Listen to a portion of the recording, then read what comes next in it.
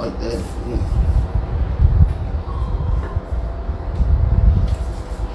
Yeah, man. Can you be making that covenant with Esau? Yeah, definitely. Yeah, that's the wrong move, bro. That's not even smart, bro. You can't talk because you gonna get the chip. Like, you are going to get that chip. When you go in the army, man, military period, you sign up for that. They're gonna get that to you. They're gonna get it to you.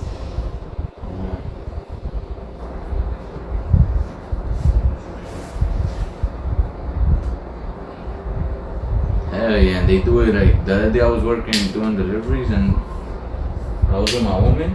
And they sent me to military housing, right? Yeah. And it's mad nice over there. Like, we went to some neighborhood, that shit was mad nice. Oh, they are nice. That's how they set them up, like them cookie cutters. That's how what we were talking about with my woman. Like, all the shit is mad nice and like it's basically like a private neighborhood for them and shit. Yeah. And all to convince them to join it. And then she was telling me how in the world, like her friends from high school and shit, and the majority of them, the guys, that they would say, oh, I didn't get accepted into the high school I wanted, or not the high school, the college I wanted and shit, so fuck it, I'm gonna join the Marines and whatever. They gonna give me those benefits and blah, blah, blah, blah. Stupid. And it's like, damn, Jake, fucking make that covenant with death. Yeah. And this is the wrong time to do that shit. It's hell yeah, man. These motherfuckers in the army are gonna die, man. Hell yeah. That's right. They beat Isaiah 28:18, bro. I don't know what the hell that means. Oh, I gotta sign in. Shit.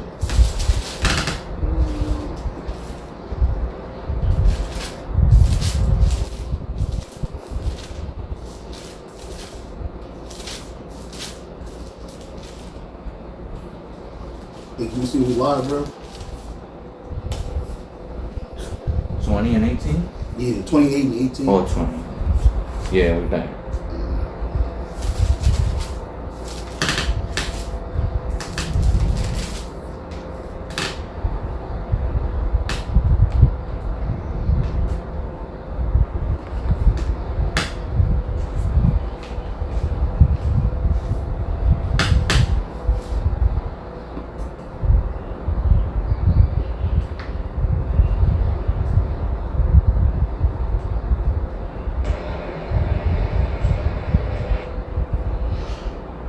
All right, Shalom. You want to start off by giving it over slightly.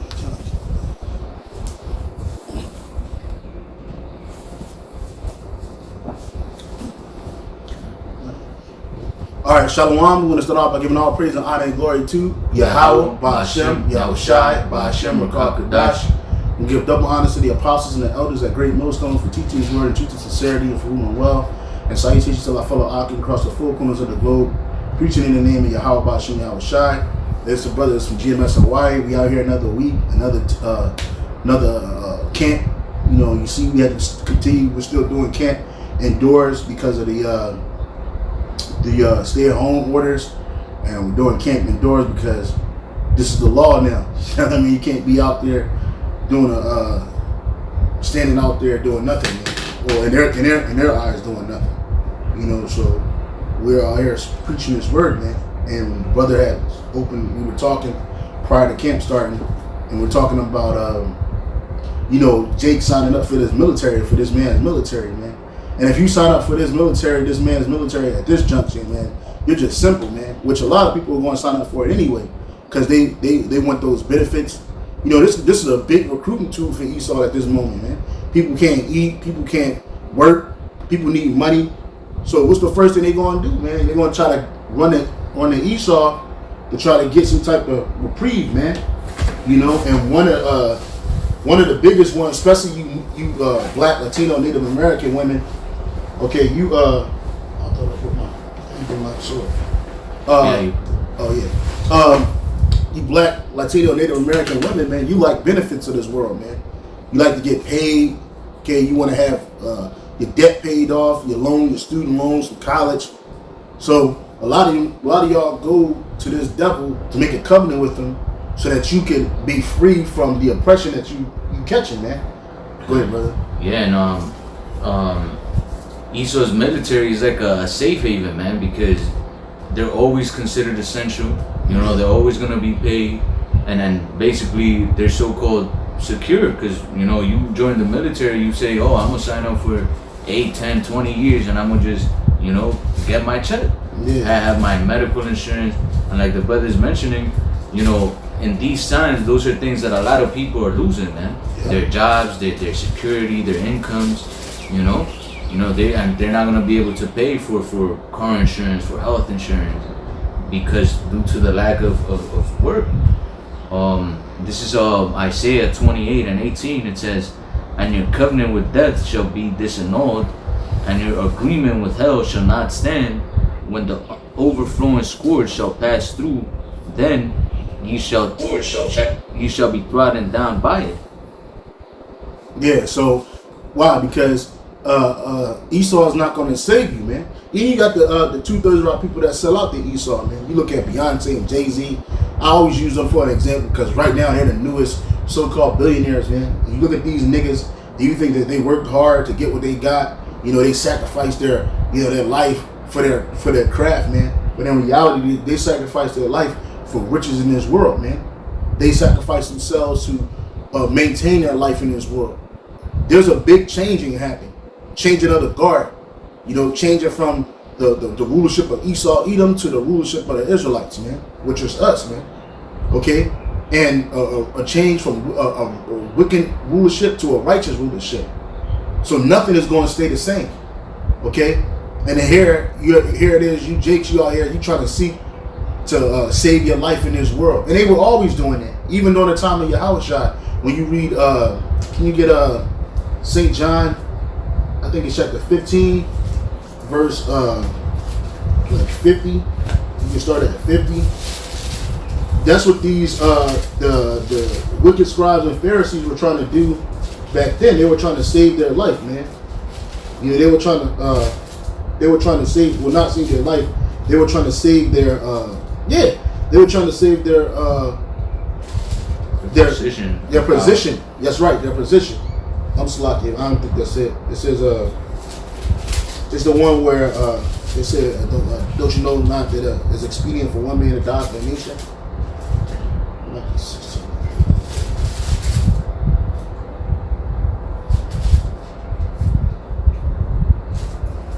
Shalaki, just bear with this. Shalom to everybody that's on the comment board. Okay? Yeah, this is St. John 11 and 47. St. John 11 and 47. St. John 11 and verse 47, and it reads, "Then gathered the chief priests and the Pharisees a council, and said, What do we? For this man doeth many miracles. If we let him thus alone, all men will believe on him, and the Romans shall come and take away both our place and nation." Yeah, so here it is. Because what Yahushua is the king of Israel, man. He's the top king of Israel, man. So here it is. They were thinking like, well, he's doing all these miracles, and by his miracles, he's going to make people want to follow him. And then they follow him. They're going to worship him as the king. And then they're going to take away our place. Because who was sitting in instead of the king? And that was receiving all those kingly like benefits, man. The wicked scribes and Pharisees, man. That whole council, man. Yeah, like the scriptures say, a gift destroyed the heart. That's right. And those gifts that the Pharisees back then were receiving were changing the doctrine, man. It was perverting the minds of those leaders, man. And therefore they were doing things they were not supposed to. That's right. And so here it is. They wanted to save that. Caiaphas being the high priest that year, he wanted to save his position. All those wicked scribes and Pharisees that was around them, they wanted to save their position. They wasn't thinking about the nation. And when they said that they will come and take away our nation, basically they mean like, look, they find out we got a king here other than Herod, and the people who worship him, taking to him, they're going to destroy us. But what ended up happening still? You niggas still got destroyed, man. So you didn't save your place. You can't go to Israel and find the ancient scribes and Pharisees still here, still living good, still living lavishly, you know, robbing the people. Being hypocrites, they're here now doing these things. You know? Keep reading, bro. Verse 49. And one of them, named Caiaphas, being the high priest that same year, said unto them, Ye know nothing at all, nor consider that it is expedient for us that one man should die for the people, and that the whole nation perish not. Yeah, and that was him not realizing that he was prophesying the sacrifice that Yahushua was going to make for the whole nation, man. But see, they were looking at it like, well, he's just another guy that's claiming to be the Messiah. Regardless of all the miracles that he was doing, they wanted to try to just say, you know what, let's just kill that dude. Let's get him. Let's sacrifice him. So, you know, we won't be lost, man. You know. But the point of the matter is, the reason why they were doing all of these things was because they wanted to keep their power, man. And that's what Jake in this world is doing. You know, that's why you see like Beyonce, Common, you know what I mean, all these high level niggas in this society.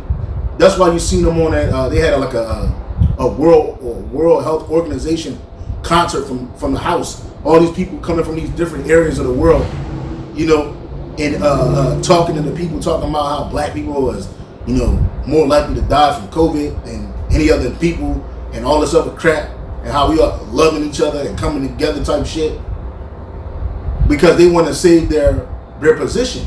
And that's what Esau does. He goes to the people whom the people look up to, man. And at that time, those type of people was the scribes and Pharisees, those wicked scribes and Pharisees, man. And this nigga Caiaphas living good, man.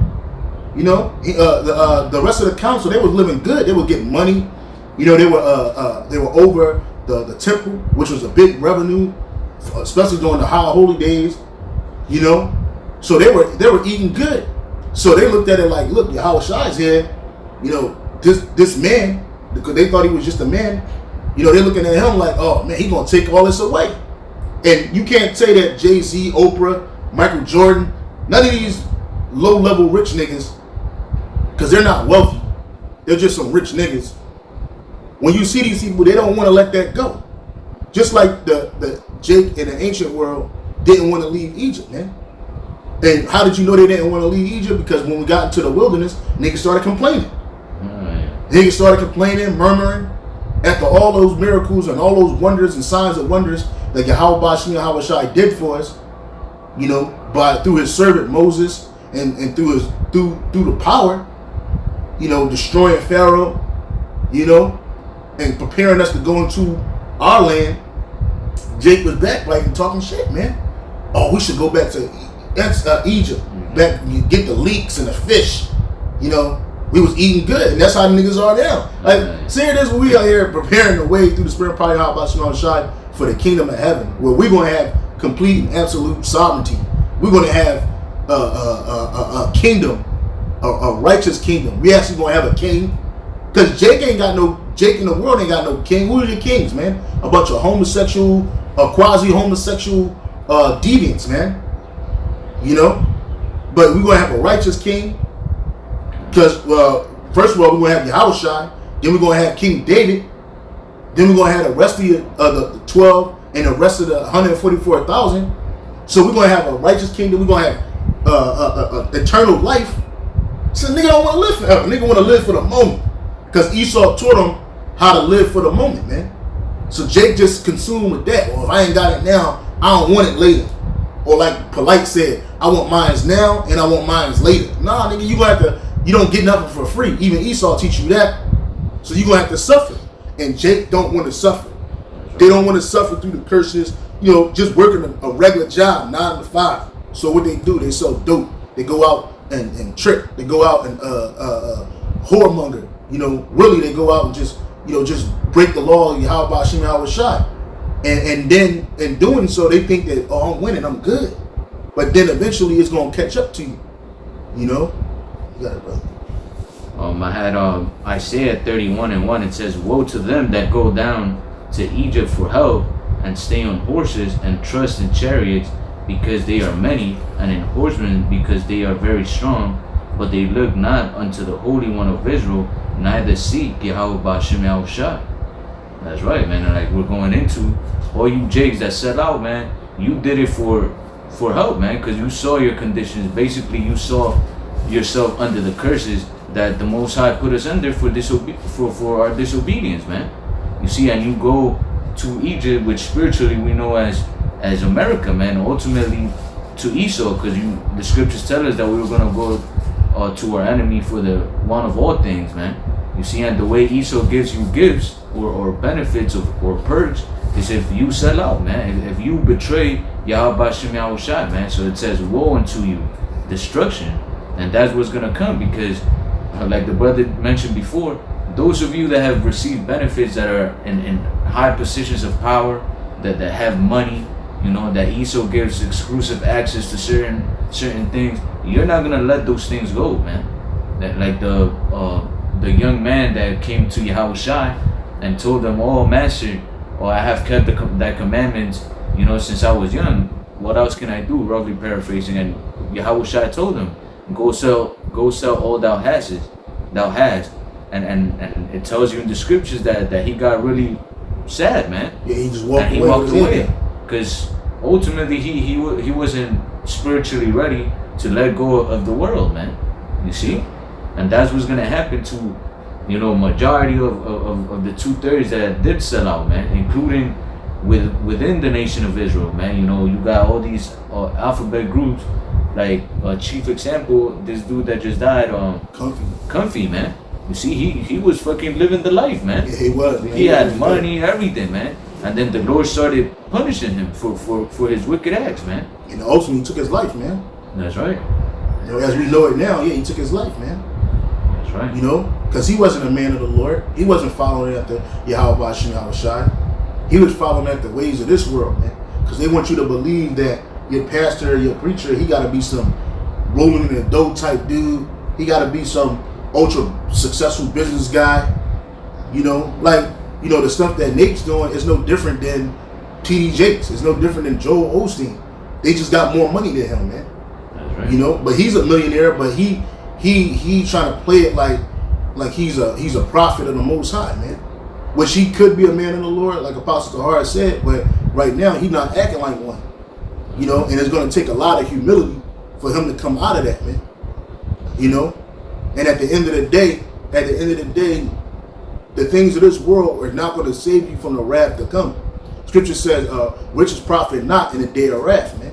So you got all these people that call themselves rich, rolling in the dough, they so-called wealthy, and they like to put the few handful of niggas that got a smidgen of a crumb, you know what I'm saying, in front of your face. And so they think that they want you to have the illusion that you can aspire to be like that. But you don't know what these people had to do to obtain the things that they had to do. I mean, they have. And it wasn't nothing righteous. It wasn't because of their talent. It wasn't because of their business acumen. Nah, man. It's because they took deals behind back doors. They had to be ruthless. In order to make it in this world, especially in business and any type of business, you got to be ruthless, man. You got to cut people off that you love. You got to kill people. You got to rob people. You got to lie. You know what I'm saying? That's wicked, man. You gotta lose your integrity. All of that, man. All of that, man. And they lose that immediately, man. And that show you too, because people like, you know, even in the ancient world, those wicked scribes and Pharisees, they lacked integrity, man. You know what I'm saying? Instead of following after Moses' example, after Yahushai's example, who took the road of humility versus the road of pride, you know, they was like, nah, we gonna do what we gonna do so we can have it. And then what ended up happening? 70 AD. Right. Not even shortly after Yahushua returned back to the spirit world, what ended up happening? This whole place, Israel was taken over by armies, man. The Roman armies, man, and straight up decimated. And we were forced to flee. And we ain't been back there since, man. You know? That land was left to ruins to the heathens because of our iniquities, man. So none of that saved you. But Jake don't believe that. And you know, I was gonna mention, because you got all these dudes, these people that sell out of our nation, and they still in America, bro. All that money, you keep talking about Michael Jordan, $2 billion, Jay-Z, $1 billion. First of all, that's not even no money. That's not even money. Even that dude Byron Allen said that. He was like, $300 million, that's not a lot of money. And Charlamagne the God looked at him like, what? That's a lot of money. Like, that show you that nigga will do anything for that 300 million. But Byron Allen was like, look, man, that, I think his name Byron Allen. He was like, man, that's not a lot of money. But see, to somebody that never had something, you believe that that's a lot of money. First of all, it's fiat currency. So what use is it for you in the day of the wrath of the Lord? How is a couple dollar bills or digits on a computer screen going to help you? Then when bread gonna cost damn near $100. You know what I'm saying? When water gonna cost twice as that. You see? I got a precept real quick, bro. This is Matthew chapter 16, verse 25. 5. For whoso, I'll start at 24. Then said Yahushua unto his disciples, if any man will come after me, let him deny himself and take up his cross and follow me. And that's what 2/3 of Israel refused to do. You refuse to deny yourself. Deny yourself for the things of this world. Deny yourself of the pleasures of the flesh. You refuse to do that. It says, for what is a man profited if he shall gain the whole world and lose his own soul?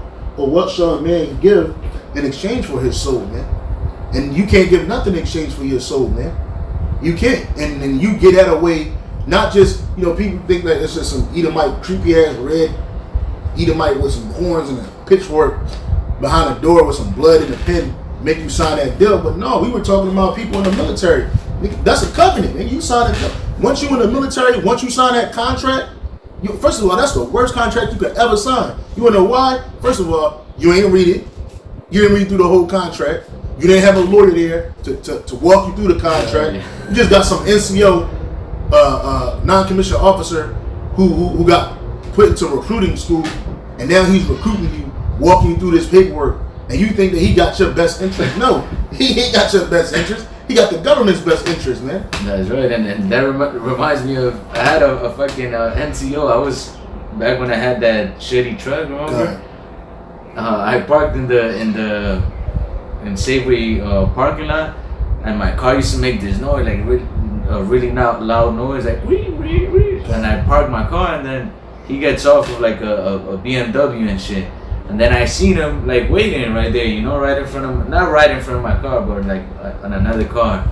And then as soon as I got out, he was like, oh, hey, how are you, brother? Oh, and then he was like, oh, you want to change your life around and whatever and whatnot. And then I was just like, oh, yeah, sure. And then I grabbed the card, and then he was just like, oh, look, if you have any questions, call me, let me know, and we could get started and whatever. And then I looked, and he was a recruiter for the armed forces, and I was like, oh, hell no, Jake. Yeah. You crazy. And that's what they do, man. And my man Cheese in the Army, he used to tell me, we used to joke all the time. And he told me one time, he's like, man, the only thing you're going to have when you leave the Army is a cell phone bill and a car note, man. And it used to be funny, but then I realized that, wasn't the name of that PTSD? Oh, yeah, PTSD. Yeah, but it used to be funny, but in reality, it's the truth. Because a lot of people that go to the military, very few people that go into the military make it a career. So, on top of that, you go in there, if you haven't really like went to school or like kind of like really got something out of your job, you just going there for nothing.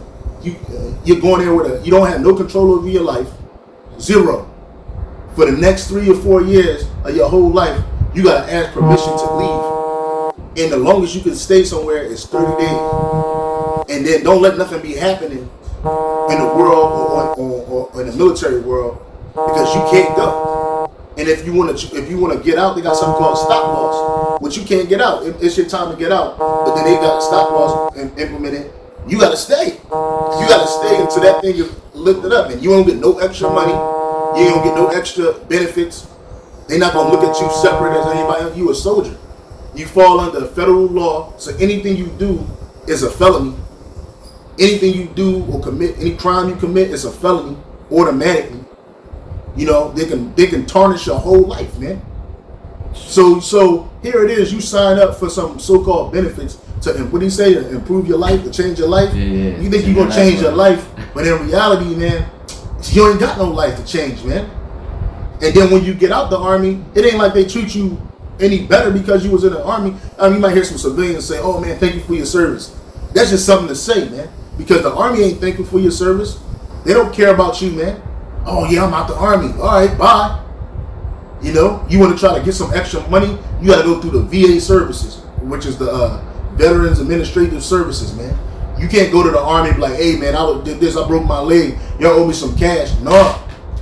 If you ain't get medically discharged, guess what? You got to take it up with the Veterans Administration. And they're just a bureaucratic house of nonsense, man. That you got to wait a year or two to get paid. If you get paid, you'll get paid. But I mean, like at the end of the day, how beneficial is it really for you, man?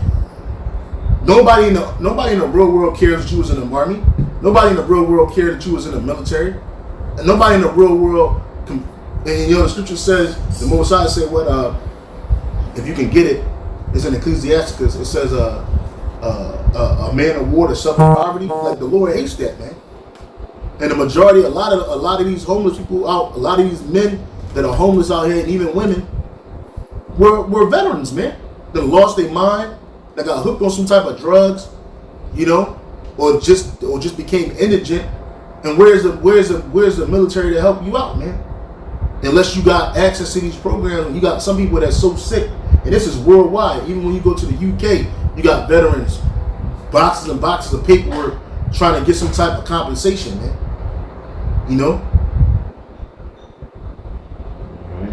Yeah, like the brother Kayam said, he says, Khan, they got their own police, courts, etc. in the military. Yeah, they got their own law. It's called the Uniform Code of Military Justice, man. And it's vague as shit. But when you get caught up in that, if you ain't got a good lawyer, man, you through, man. And like I told you, anything you do in the Army is federal time. So there's no probation, there's no parole. They send you straight to a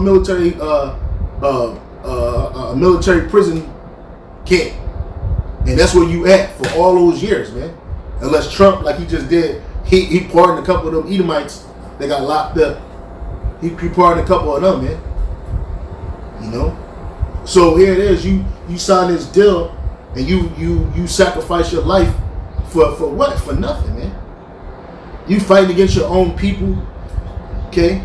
You destroying your own people. You see? So it says back in St. Matthew's 16 and 26, for what is a man profited if he shall gain the whole world and lose his own soul? Or what shall a man give in exchange for his soul? You can't give nothing for it, man. You can't give nothing for that, man. And this system, the New World Order, is not set up for Israelites, man. It's set up for Edomites, man, and super elite Edomites at that. It's set up for these super elites of these different nations. There's no benefit for us here, man. You know?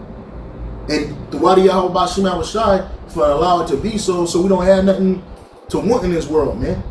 You got it, bro. This is Ecclesiasticus 26 and 28. There be two things that grieve my heart, and the third maketh me angry: a man of war that suffereth poverty, a man of understanding that are not set by, and one that returneth from righteousness to sin. The Lord prepareth such, and one for the sword. Yep. So here it is, a man of war that suffered poverty, man. Here you had that movie called 4th of July. This dude lost his fucking legs in the Vietnam War, and they treated him like shit when he came back. People spitting on him, treating him like crap, you know. And then on top of that, you got Jake that come into this truth, that go right back into the world, man. Go right back into unrighteousness, back to wickedness. After you done tasted the fruits of this, the fruits of the truth, the Most High said, destruction is set for you, man. You know. Yeah, and that shows you how working for Esau, man, is no good, man, at the long run, the long run. Because, yeah, you might receive some benefits, but when you so-called plan or think you're free, you're not, man. You know, he's going to, like Ecclesiasticus, the 13th chapter, tells you basically he's going to fuck you over, man. He's going to use you and tell you, oh, look, yeah, you're going to have military housing and benefits and benefits and benefits. But then once you're no good for him, all right, fuck that nigga. And then, forget about him. I don't got to deal with you. Go deal with those people over there. Yeah, and that is crazy because, you know, and like I had mentioned, the women of our nation that do that,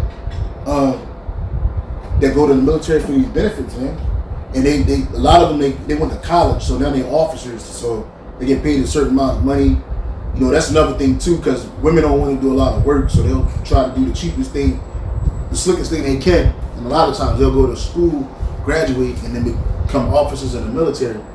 And I remember like last year or something like that, they showed like West Point had the most graduating black people in all its history, and it was all women. Mm-hmm. It was all women. It was all nigga women, bro.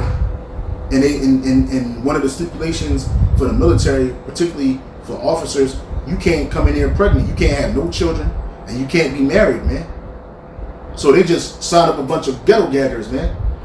All proud to serve the military, but every last one of them are gonna fucking die, man. A bunch of dykes and whores, man. Then they'll be sluts and they'll be lesbians for the white man while he serves in-house pussy for the devil while they're in the military, man. And that's the truth, man. And it's crazy because the brother was mentioning like military housing and stuff like that. A lot of these women, they be trying to find big suckers to marry. Hey, I was a sucker in the world, man. Met a black demon, and she married me up, man, and used and abused me. And when I couldn't give her those benefits that she was used to, and she got up out of there, man. And that happened to many of my friends too, in the military at that time, man. You find these women that be looking for a nigga with some benefits, so they can live better, man. Bitch living in a 3-bedroom house, like you said, them houses on the military post. First of all, it's like something you never seen before, bro. You probably grew up in a project, and then you got a whole house, you got a couple of kids, you got a whole house, 2 floors. It's well manicured, it's safe, relatively safe. They got their own playgrounds for the kids, for only military people. No drugs, no niggas selling dope in a playground. You don't see no crackheads, nothing. So here it is, you got this illusion of life, man, but you don't realize that, hey, that shit's on the time limit. And how they get you, hey, man, you like this lifestyle we giving you, man? Hey, it's re-enlisting. Why don't you just re-enlist, man? And you can continue to live this lifestyle, man. Your kids will grow up all ambiguously and shit amongst other nations and shit, and go to school, go to so-called nice schools, and all these things. You get all the trappings, man, but it's all a trick, man. It's all a trick because, hey, y'all gotta get the vaccinations, y'all gotta get that chip. Oh yeah, you getting that chip. You in the military, you getting that chip. Scripture says free or bond, rich or poor, free or bond, man. And when you sign up to the military, you are in bond, man. You're in bondage, man. That's a contract. You got a bond on you, man. Don't come back after 30 days, man. AWOL, they coming for you, man. Or they'll make your life a living hell. You can't get a job. You can't do nothing. This is back in Isaiah 31, because there's a couple more stuff here. It says, I'll read one again. Isaiah 31:1. Woe to them that go into Egypt for help, and stay on horses, and trust in chariots, because they are many, and in horsemen, because they are very strong. But they look not unto the Holy One of Israel, neither seek Yahweh Shem Yahushua. Yet he also is wise, and will bring evil, and will not call back his words, but will arise against the house of the evildoers, and against the help of them that work iniquity. And as we're going into this, you sign up for Esau's government or for any of his jobs. Eventually, if you work for the educational system, if you work for the courts, anything that's federal or that has to do with Esau, you're eventually gonna be mandated to take certain things, and those things are what? The vaccines, the chip, and ultimately most of these jobs tell you what, that you gotta have, your face shaved, lined up, basically transgress the law, man. So the Lord is gonna visit you because you've made that covenant with death, man. And the scriptures tell you that the wages of sin is death, and you're living basically a life full of sin to receive those benefits, man. Yeah, and I got a picture of that. All them nigga bitches. Yeah. Look at this shit, bro. Look at this shit. Show them. What are they all wearing? Men's attire. Yeah, you see that the Lord said not to wear. You see? Yeah. Through, man. Yeah, fucking through, man. And they got that fucking pride and shit. And I bet that those women retire and shit. And like you were saying, they find a fucking woman pleaser, a feminist to marry and shit. And then they're ruling over the house and they raise women, demons like themselves, and even worse. And the men, if they do have, men, children, sons, they raise them to be fucking beta males, man. And then they'll try to get them to go to the military. Oh, yeah, you should follow after your mother's footsteps, man. Hey, because women like that have that mentality of, like, my husband has to be basically I have to be better than my husband. They're always trying to be like a step higher. They got these standards. They got these delusional standards too. If they do like men, he has to be this. Like she ain't gonna be no officer married some E4. Like what? Yeah. Like bitch, you took a step down. What you doing? Hey, you gotta get you another Jake that's either like higher ranking or ranked like you.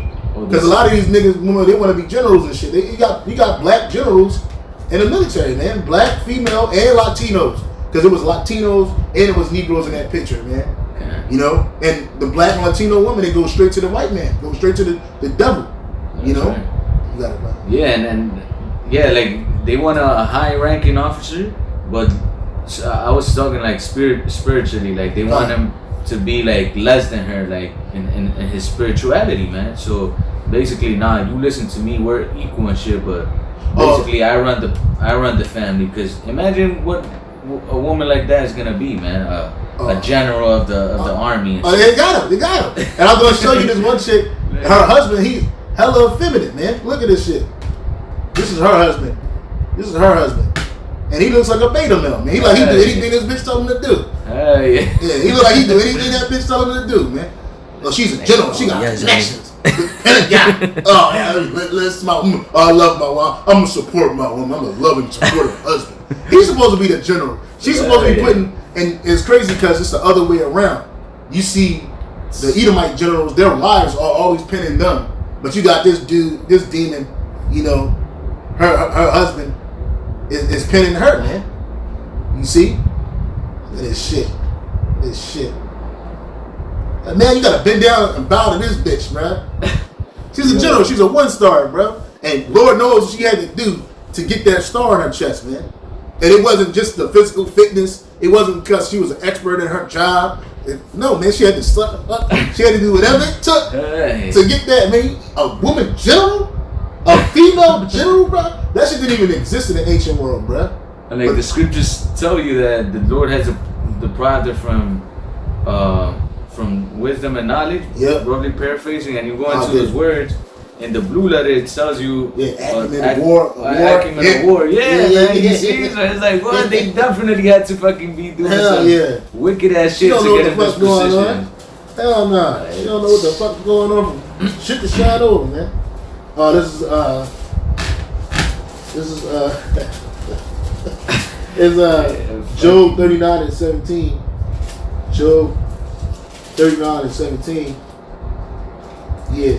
It says, because the Most High had deprived her of wisdom, neither have he imparted to her understanding.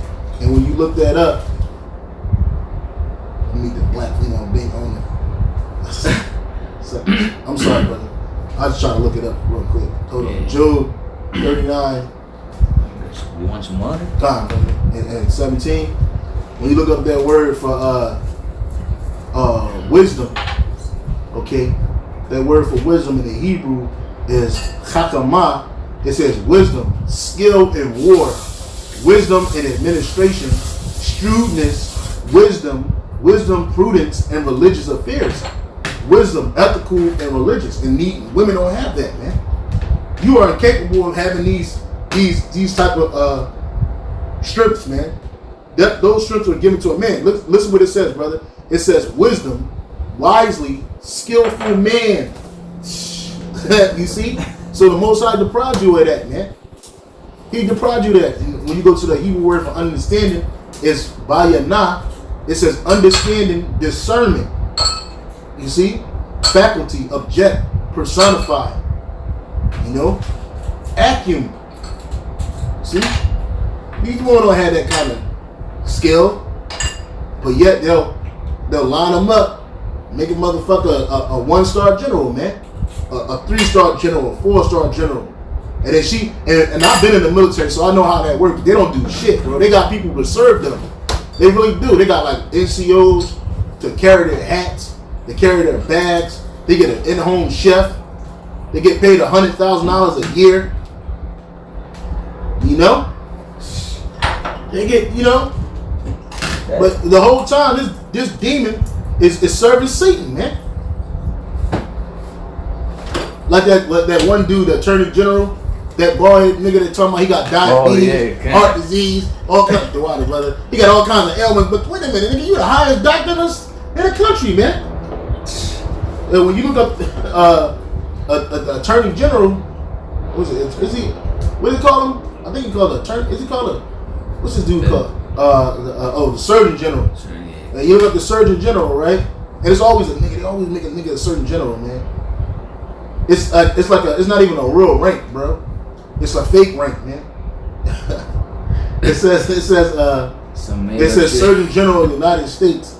It says the Surgeon General of the United States is a operational head of the U.S. Public Health Service Commission, and thus the leading spokesperson on matters of public health. But this dude said he got all kinds of diseases. The Surgeon General office staff are known as the Office of the Surgeon General, which is housed within the Office of Assistant Secretary of Health. Let me see. It says, let me see if it's a real rank.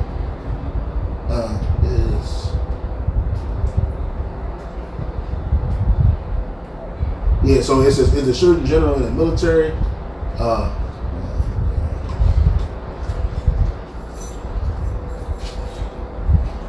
Okay, it says the Surgeon General is commissioned officer in the U.S. Public Health Service Commission, one of the 8 uniformed services of the United States, and by law holds the rank of Vice Admiral.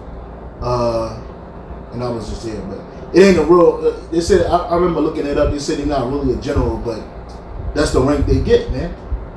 You know, but nonetheless, here it is. He's a top doctor, and this dude said he suffers from diabetes, heart disease, asthma. I walk around with this asthma pump in my pocket every day. Nigga, what are you doing? What are you eating?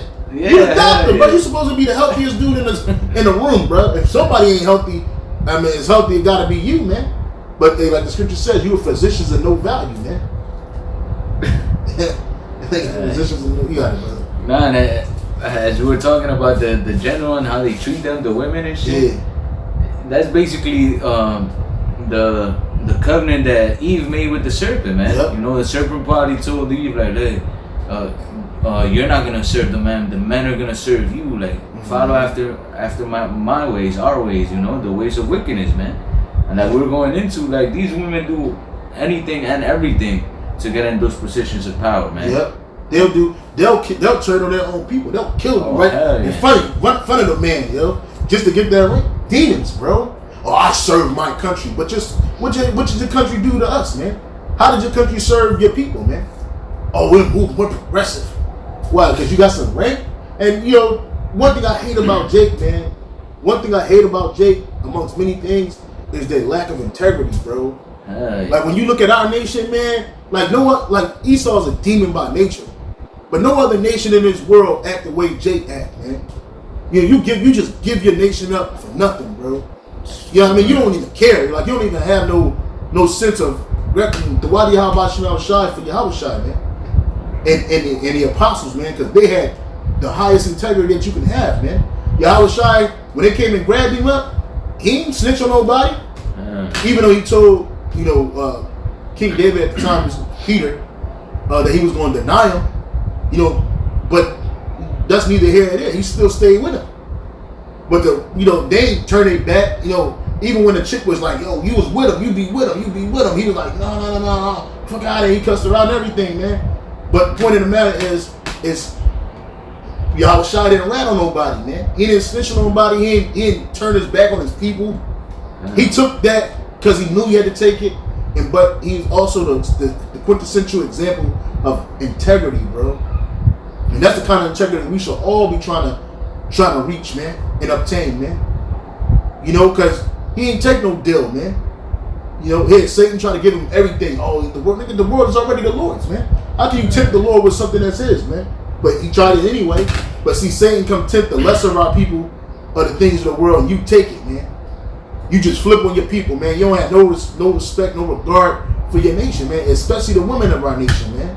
If anything to get them out of a messed up situation, they'll just sign off for it, man. You got it.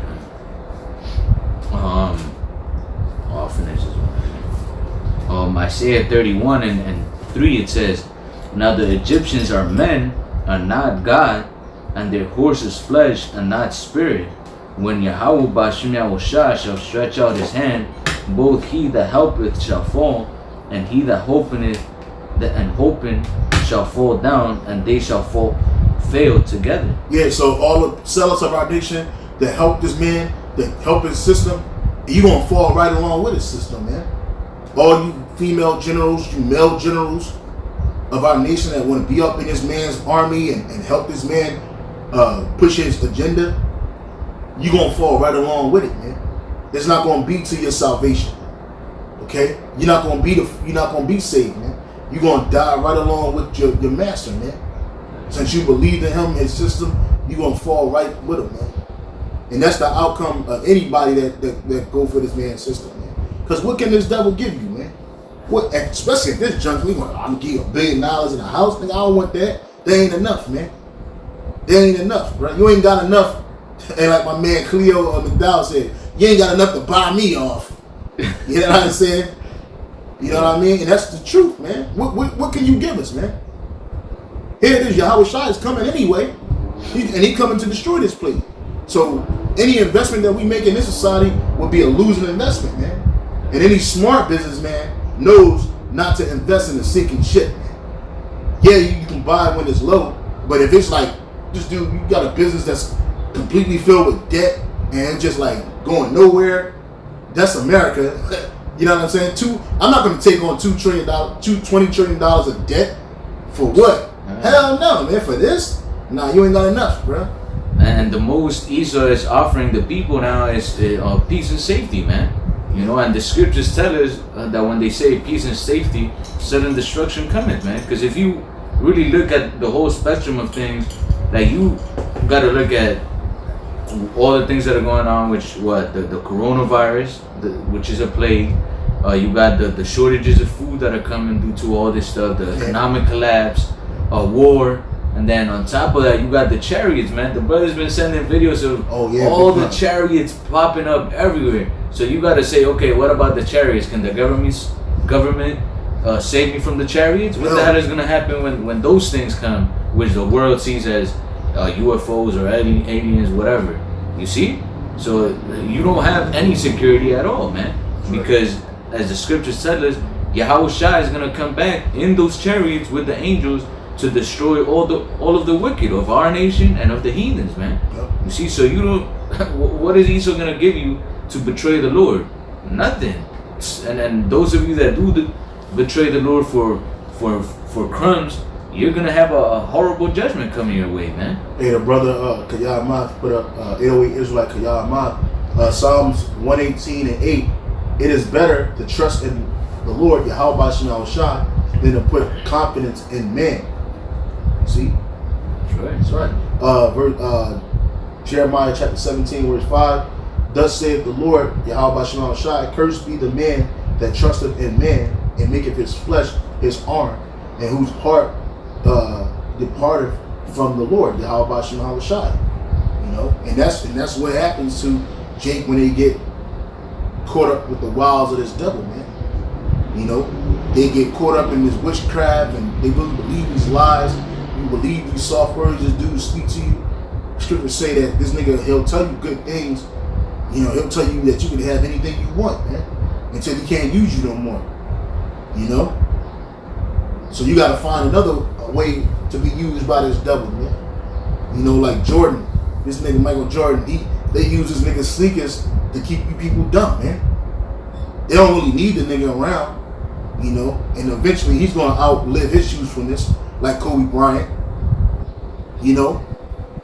And you, Jakes, you don't take note of the people that they done off for whatever reason, you don't take note of that. You just like, okay, he ain't do something right, so forget him. You know? But you trusting in man. You're not trusting in Yahweh Shema Shai. I don't care how many times you say on God. I don't care how many times you say God is good. You know? You niggas give the Lord credence, or you think you give the Lord credence when something good happens to you, man. But when you catch in hell, oh, that's Satan's fault. You never look at yourself, man. You never look at him like, yo, am I doing something? Am I not living right? Am I committing a sin against the Lord? You don't say that. All right, precept, I think you got that. Oh, yeah. No, you got it. This is Isaiah chapter 30, verse 1. Woe to the rebellious children, saith the Lord, Yahweh, Bashim Yahweh Shai, that take counsel, but not of me. That cover, but they covering, but not of my spirit, that they may add sin to sin. That's right, man. And that's the 2/3 of our people, man. You know, they take counsel, but not considering Yahweh Bashim Yahweh Shai, man. You know, like we always say, the Lord already has everything planned out, you know. So there's nothing anybody could do to upset prophecy, man. You see, and Jake, through, like the brother was like saying, through planning or forward thinking, like a forward thinking, they think that they could upset prophecy, man, and just get away from the words of Yahweh Bashim Yahweh Shai. And the scriptures tell you that his words are not gonna come back to him void, man. You see? So woe unto them that woe to the rebellious children, said the Lord, that take counsel but not of me, and that cover what they covering but not of my spirit. That's right, and they try to acquire protection from, like we were going into before, from Egypt, from fleshly things, man, that are not gonna deliver you, because the only thing that's gonna deliver us is the spirit, man. You know, the spirit of Yahweh Bashim Yahweh Shai that's, you know, in these scriptures. Because through these scriptures, we're gonna change our mind. We're gonna put the old man behind and live a righteous life to the best of our abilities, in the hopes of what? Of salvation, man, of being in the good graces of Yahweh Bashim Yahweh Shai. Because besides that, everybody's doomed, man. You know? Yeah. Because like the scriptures tell you, darkness has, for gross darkness has. Yeah, and it covered the whole world. Well, you know where's that? Isaiah 16:1. Started.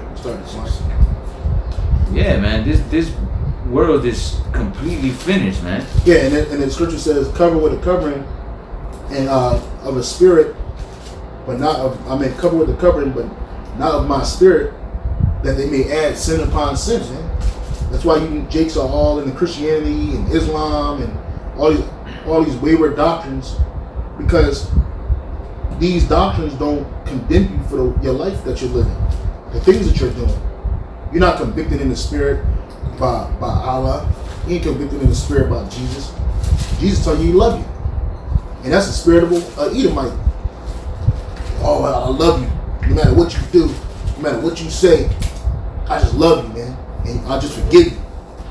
You ain't never had no Edomite on this earth that ever just forgave Jake, just to be forgiving Jake, man. You know, this dude, he hates you. He has a perpetual hatred against you, man. But yet you believe some mythical Edomite in the sky, looking like a hippie, has just endless amounts of love and forgiveness for you, and that you should have that same endless amount of love and forgiveness for you towards him, man. You see? But in reality, you just doing all of that so that you can put sin upon sin. Because Islam don't convict you in the spirit for eating pork. They give you an out. If you starving and you ain't got nothing but pork, and you starve to death versus eat the pork, according to Islam, you go to hell because you starve to death. In Christianity, they don't condemn you for being a homosexual or a lesbian. They tell you Jesus loves everybody. He made everybody in this image. But the image of Yahweh Shai is not an image of a homosexual or a lesbian or a tranny or a murderer, a child murderer. That's not his image. You see? But again, you do all these things. You put these spirits, when you cling to these unclean spirits and these coverings, so you can add sin upon sin, man. You know, Christianity you don't get judged for wearing women's clothes. Look at Tyler Perry, man. He's the biggest Christian on the planet Earth, man. But this nigga made his living off of dressing like a woman, man. You know? But he's the first nigga that's in church with TD Jakes laying hands on TD Jakes, sweating and carrying on and crying and frothing at the mouth. You know? But he's not convicted. He telling you that he got the whole world in his hand. Meanwhile, this nigga's a closeted Satanist, man. You see? So it says, that walk to go down into Egypt, and that have not asked by my mouth to strengthen themselves in the strength of Pharaoh, and to trust in the shadow of Egypt. And that's what America is. It's the shadow of Egypt, bro. That's right. And Jake, they wholeheartedly trust in this place to the point where, like, they don't trust nothing else, man. No matter how many times this devil shows you he hates you, he can't stand you. Here it is. I mean, just take the 1950s, one decade.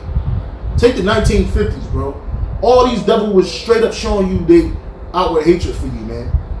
So then you trying to tell me the next decade, the 60s or going into the 70s and 80s, that this man just said, you know what, I don't hate them no more. I just love them, man. And we're all one world and we're all inclusive. You out of your fucking mind, bro. That hatred don't go nowhere. That was visceral hatred, bro. To the point where, like, you couldn't even walk down the street in some places in America next to a so-called white man. You had to step off the curb.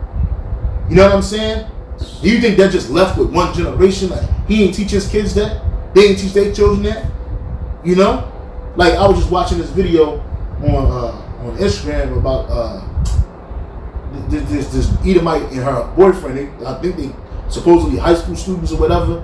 They were in the bathroom. They were doing that thing about, oh, we're gonna make niggers. They wrote like the word nigga on a paper towel, and they put all these cups of water out, and it was like, oh, look, bad decisions, no fathers, jail time.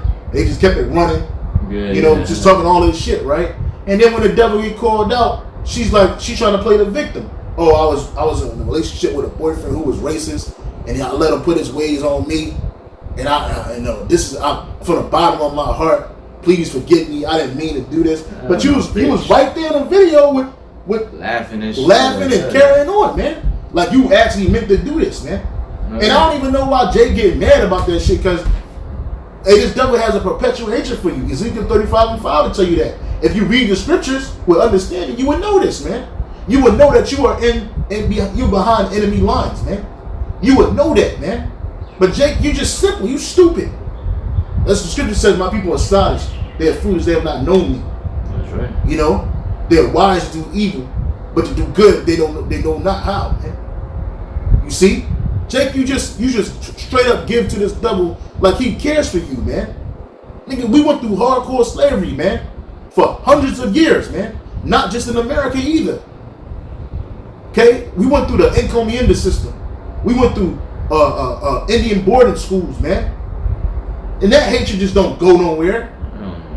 That shit, it's like, it's there. It's always there. It's a stain. Scripture says, trust not thy enemy, for as rusteth, so is his wickedness. It's like a looking glass. If you wipe away, if you find that it's not all the way wiped away. You see? So here it is. How can you trust a man that just shows you nothing but evil and hatred? But our people do it. They trust in the shadow of Egypt. They trust in the strength of Pharaoh. Hey, a couple years ago, when Puerto Rico had something happen in Puerto Rico where it was a natural disaster or something, and these two Ephraimite women were crying to Trump, saying, please have some, find it in your heart to have some compassion, man. This nigga went over there and threw paper towels at you niggas, man. He ain't give you no money. He ain't try to help you out. And you a commonwealth of their country, man. They got hold of Puerto Rico after the Spanish-American War, man.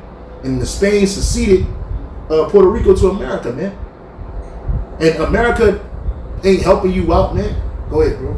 This is Ecclesiasticus 12:10. Never trust thine enemy, for as iron rusteth, so is his wickedness.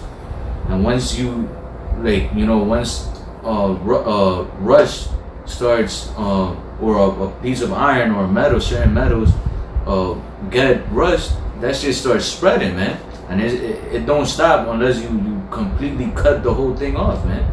You see, so the wickedness of Esau is not gonna stop until Yahweh Hashem Yahushai cuts him off from being a nation, man. Yep. That hatred, his wickedness, the adversity between him and the Heavenly Father is never gonna stop. And since he knows who that we are the children of the Most High, he's never gonna stop hating us, man. You see? And that's what Jake doesn't understand, like the brother was going into. These devils went from hardcore slavery, which was physical slavery, to voluntary slavery, and all the hate that they showed us before by lashing, Jake and torturing them and shit, hanging them, burning them. Yep. How did they transfer that hate through laws, man? You see? Now they fucked you over through laws, man. Yeah, they made their hatred laws, man, and that's another thing too. Hey, that's a good point, man. Yeah. They turned their overt hatred into laws, man, so that these laws don't benefit. See, that's another thing too. That's why the Wadi Yahweh Shem Yahushai, because these laws benefit us, and eventually, in the kingdom of heaven, they'll benefit these heathen nations. But the main benefactors of this law are the Israelites, man. Scripture says that this is going to be our wisdom amongst these motherfuckers, amongst these heathens, man. That's right. So but Esau made laws that benefit him and disadvantage us, man. Okay, anytime you gotta have a Jewish lawyer and a whole bunch of money to beat a case, hey, something's wrong there, man. Anytime the majority of people that are in prisons are non-violent, non-violent offending Israelites, Negroes, Latinos, Native Americans, man. Okay, and then pedophiles with lots of money walk away, like that dude Richard DuPont. This devil walked away from molesting his children, man. And the judge said that the reason why she's not locking him up is because he wouldn't fare well in prison. But they don't try to spare you at all, man.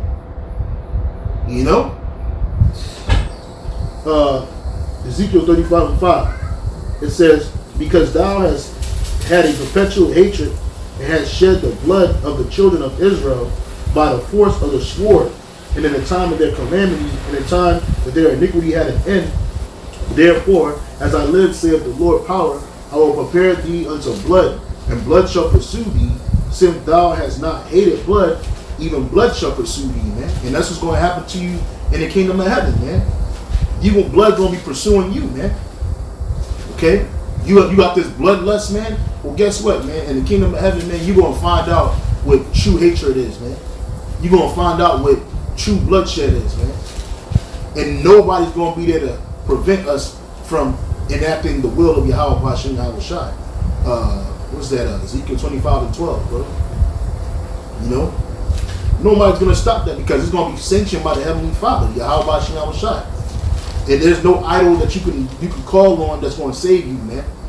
That's right. Because when our calamity had an end, when hardcore slavery ended, when the whole Catholic Church and day of what do they call it?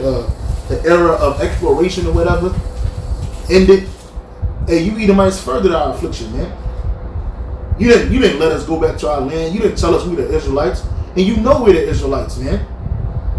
You know that the chariots that are in the sky are the chariots of Israel, man, of Yahweh Hashem Yahushua. Man, you know the Lord's name. That's right. And you know that we're the Lord's people. But what you do, you kept us in hardcore slavery even to this day, man. Whether through the prison system or through your work system, man. With the brother wage slavery, man. Slaves had to pay for their own dwellings, man.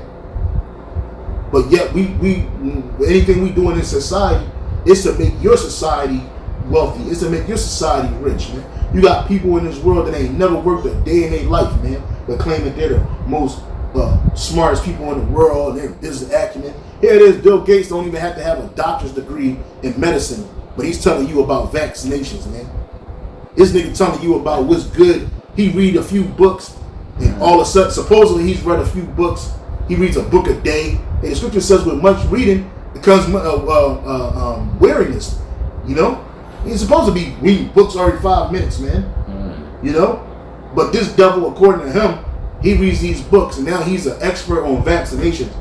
But what makes him an expert on his vaccinations? Is it because he really understands it and how it's set up? Or is it because he's set up by super elites and they use his money, which is really their money, to fund these different organizations and these different groups to do what? To destroy us, man. To destroy Israelites, man. You want to go over there to West Africa and poison them some more, and they're talking against it now. They're like, look, we're not your lab rats, man. Take that up out of here. Get that away from you, man. Don't bring that here, man. But they're using the whole world as the guinea pigs, man. And that's why the Elder Apostles said on the live show that the reason why Sweden is not being put in the news about the way they carrying this whole coronavirus thing out is because the majority of the people over there is already chipped, man. And they're using this thing to chip the world, man. They had to find a device to weigh. They say he calls it all, both small and great, rich and poor, free and bond, to receive a mark in their right hand or in their forehead. How is he going to cause it? By this. All the things that are happening. The deception, man. Worldwide deception, man. You trust this nigga. Yeah, man. You got something, brother? Yeah, I had mentioned before, I don't remember who I was speaking to, but, well, I think it was my cousin. Because I was telling him how Sweden and I think Switzerland, those two countries, and Denmark, I believe, that their citizens are all like, it says that they're the country with basically no personal debt. All of them have like a careers, you know, like basically they're the model citizens, you know. And then as you see this corona going on, like the apostles mentioned, that's a way that they could, you know, just put it out to the people, man. You know, like, look, you want to be financially stable and you know, be debt free or whatever and whatnot. Follow after those that don't have that. And what are these countries and those societies doing? Well, they're all digitalized. You know, they're all chipped. You know, so yeah, they're gonna fool a lot of people through those things. Yep. And I believe also they, because I seen a video on it. They said how they're also one of the most depressed people in the world, even though they have good careers, they're debt free, like personal debt, you know, and they're still miserable, man. So you see, that shit is crazy. Is it Sweden or? Oh, I looked for European countries, but I didn't really find them. But I found like these are people right here. This country, Brunei has zero debt. Liechtenstein, these are like island nations. But then you have like, I have to look it up. So, list of countries by external debt. It's like America has a high of $62,000 per U.S. per capita individuals. I had to find it. No, but yeah, kind of. I just wanted to mention that. Yeah, it says like Germany is the most financially secure nation in Europe. You know, Nordic countries. It says Nordic countries like Sweden, Denmark, and Norway are also among the highest scores for financial well-being. The EU data confirming that these countries benefited from a healthy level of disposable income. Sweden ranked top on saving for the future, with 15% of Swedish respondents saying that they set aside more than a fifth of their salary each month. The largest group of consumers in any country managing to save this much regularly. You know, because the Edomites got money, and those are Edomite countries right now. Sweden, Denmark, you know, Norway. It says Finland came first with financial literacy. Because even in America, people aren't financially literate. It says nearly all, 92% of Finnish consumers polled who had children said that they would teach their kids how to handle money. However, Nordic nations are among the wealthier European countries, suffering from increasing amounts of debt, resulting in them scoring poorly for credit freedom. Denmark was at the bottom of the list in this category, with Eurostat data showing that it had the highest household debt and income ratio in Europe. Hungary, on the other hand, had the lowest debt to income ratio in Europe, according to Eurostates, putting it top for credit. And it's not that because these Edomites are better at saving and that they have better financial acumen. It's really because what their state teaches the people. You know, they teach these people financial literacy, and they teach their children financial literacy and how to save and how to balance their money. That's not taught in America. America is a consumer nation. So America, they people consume more than they save, man. So you're taught to buy. Everything you see on TV, like there's an advertisement for everything. It don't matter what you're doing in life. There's an advertisement for it. Why? Because they're always selling you something. And how can you save money when you're constantly being bombarded with things to buy? And then on top of that, wages are low.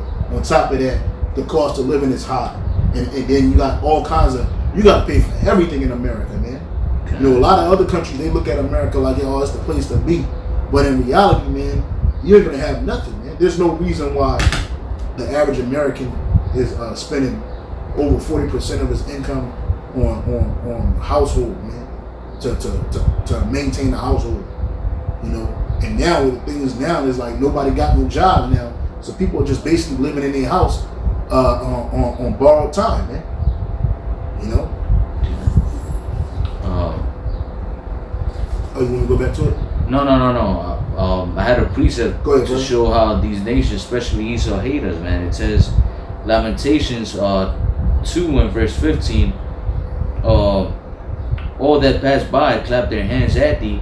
They hiss and wag their head at the daughter of Jerusalem, saying, Is this the city that men called the perfection of beauty, the joy of the whole earth? All thine enemies have opened their mouth against thee. They hiss and gnash their teeth. They say, Oh, we have swallowed her up. Certainly, this is the day that we looked for. We have found, we have seen it. So they've been waiting for Israel to fall, man, you see? And what is that? Hate, you know? If you go out and tell somebody like, oh man, I wish you got bankrupt. I wish you lost everything. Like, what is that? Hate, right? Yeah. And that's what the scriptures tell us, man. These nations were waiting for us to depart from our power so that we could fall, man. Yeah. And they held by what? By giving us these false religions, by influencing our people to follow after their ways, man. Because that was the only way we could ever fall to, by leaving Yahweh Shem Yahweh's ways, man. That's right. You see, and that's what we're doing on the right hand side now through the spirit and power of Yahweh Shem Yahweh is coming back to the Lord, man. And the Lord's, you know, reestablishing our nation. You see, starting off with our apostles, our elders, and all the brothers on down, man. We're coming under the order of Yahweh Shem Yahweh, and this is the time where the Lord is, you know, bringing prophecy to pass, man. We see the end time prophecies unfolding right in front of our eyes, man. The chip is coming, these famines, these plagues, the unrest of the people, man. Esau cranking down on everything. It's not just certain little things, no, everything, man. You see? And it's why, because this is the time, man, where the Israelites were gonna come back to the Lord, you know, and the Lord was gonna send deliverance unto us. And that's what we're waiting for. We're waiting for the manifestations of these prophecies so that we could, you know, enter into Jacob's trouble, World War III, and ultimately the dreadful day of the Lord, man, which is gonna come through what? Through war, through the nuclear missiles, and the Lord, the Heavenly Father Son, coming back in the chariots, man, what the world calls UFOs, to destroy this wicked ass kingdom, man. Yeah, precept. Okay. This is Romans 8 and 19. For the earnest expectation of the creature waited for the manifestation of the sons of the Most High. That's right, man. And as we see, not just us, the hopeful elect, the believers in Yahweh Shem Yahweh, but the whole earth, the creation is mourning and is waiting for Yahweh to come back and establish that righteous kingdom, man. You know, the scripture tells us that we wait on a kingdom where dwelleth righteousness, you know, because this place is just death. And anywhere you look, man, it's just like vexing to see the plans, you know, being destroyed, to see the animals mourning, to see just everything, the wickedness, man, homosexuality everywhere you go, war everywhere you go, deceit, death everywhere, man. Like that movie, The Sixth Sense. Yeah. That the kid said, all I see is dead people. Yeah, man, all these people are dead in the spirit, man. You see, and then it's like you walking and it's just like, damn, like you don't even want to talk to, like they aggravate you just them walking, because you know they in the world, man. I seen a couple of these, they had to be at least, bro, like 60, 65, almost hitting their 70s, a couple of googs. And these motherfuckers had purple and green hair. And it's like, what? You're almost about to die, and you have that mentality of like, oh, I'm gonna dye my hair. For what purpose, man? Like, what the fuck? And that's the older people that are supposed to be the wise amongst the generation, man. Yep. You know, so how much more the generation that's being brought up now with all these wicked ass philosophies, man. Right. These people are through, man. Yeah. I'll go back to Isaiah. This is Isaiah 30 and 2 again. That walk to go down into Egypt and have not asked at my mouth, to strengthen themselves in the strength of Pharaoh, and to trust in the shadow of Egypt. Therefore shall the strength of Pharaoh be your shame, and the trust in the shadow of Egypt your confusion. Yeah, so you're gonna trust in this devil, you're gonna trust in this man, get this chip, it's gonna be to your shame. You're gonna be destroyed. Okay? And you're gonna be ashamed that you took the chip. You know? And it says, in the shadow of Egypt your confusion. And you're gonna be in a confused state, man. But the world is already in a confused state, man. The brother had Isaiah 60. We had mentioned that a gross darkness covered the people. Oh yeah. Yeah. So Isaiah 60 and 1. Arise, shine, for thy light is come, and the glory of the Lord is risen upon thee. For behold, the darkness shall cover the earth, and gross darkness the people. But the Lord Yahweh Ba'ashem Yahushai shall arise upon thee, and his glory shall be seen upon thee. Yeah, so here it is. It is being seen on the hopeful elect, man. And the super elite, they see the Spirit of the Lord on us. They see that, hey man, something big is happening. You know, and they're trying to figure out a way, or they're figuring out a way, or they're implementing ways to stop it, man. You know, one way is preventing us from going out to the highways and hedges, but really the Lord is bringing a famine of the word. Because Jake's had more than enough opportunity, man. If somebody was outside for over 30 plus years telling you the same thing over and over again, and you ain't got it now, then you ain't never gonna get it, man. Somebody out there for 25, 14 years, 10 years, 11 years, 6 years, 7 years, just out there constantly, week in and week out, telling you the same damn thing. Bro, if you ain't got it now, you ain't gonna get it later, man. You know? But now is the time that the Most High is pulling his men back. You know? So now, what's gonna happen? Judgment, man. You know? There's only so long you can talk to a rebellious house, man, until you just gotta bring out that whip and start beating their ass, man. And that's what Yahweh Shema Shah is gonna do with these plagues and these pestilence and this martial law and this instability that's coming, man. Because it's not going back to normal, man. This world ain't going back to what you used to know it as, man. And it caught a lot of Jakes off guard, man. As soon as we came out of the Passover, man, all this hell just started breaking loose, man. The whole thing with the coronavirus just started spreading all over the world crazy. It hit America, you know, and all hell broke loose, man. You see? So it ain't going back to you just going back to the club, balling out, you know. You standing in line to get your feet and your nails done because you're looking raggedy. No, you're going to continue to look raggedy. It's going to get progressively worse for you, man. Because you Jakes, a lot of you Jakes, you're not taking it seriously. You're not taking that this pestilence seriously, man. I don't care if they is talking about the 5G this and the 5G that, or it's a man-made disease. Guess what, man? People are still dropping dead. People are still being infected. But A lot of you Jakes, you taking it as a game. You still partying, having birthday parties in your house. You know, you're dancing. And it's always the nigga woman, man. You're always in the camera, man. You always gotta be seen, man. But what you gonna do when social media is off, man? When you can't go to YouTube or Instagram and show off yourself, man. You can't get those so-called likes, man. What's gonna happen, man? Because you already look like crap, and the filters, they ain't gonna be enough, man. So what's gonna happen, man? You people are gonna lose your mind. Again, like that dude Gerald Salente said, when people lose, when people have nothing to lose, they lose it, man. That's right. You know, and people are starting to lose it around the world. You got people protesting this lockdown, man. They tired of being in the house. They tired of not being able to go to work. They tired of seeing their loved ones every damn day, seeing their kids, seeing their woman every damn day, seeing their husband every damn day. These people are bugging up.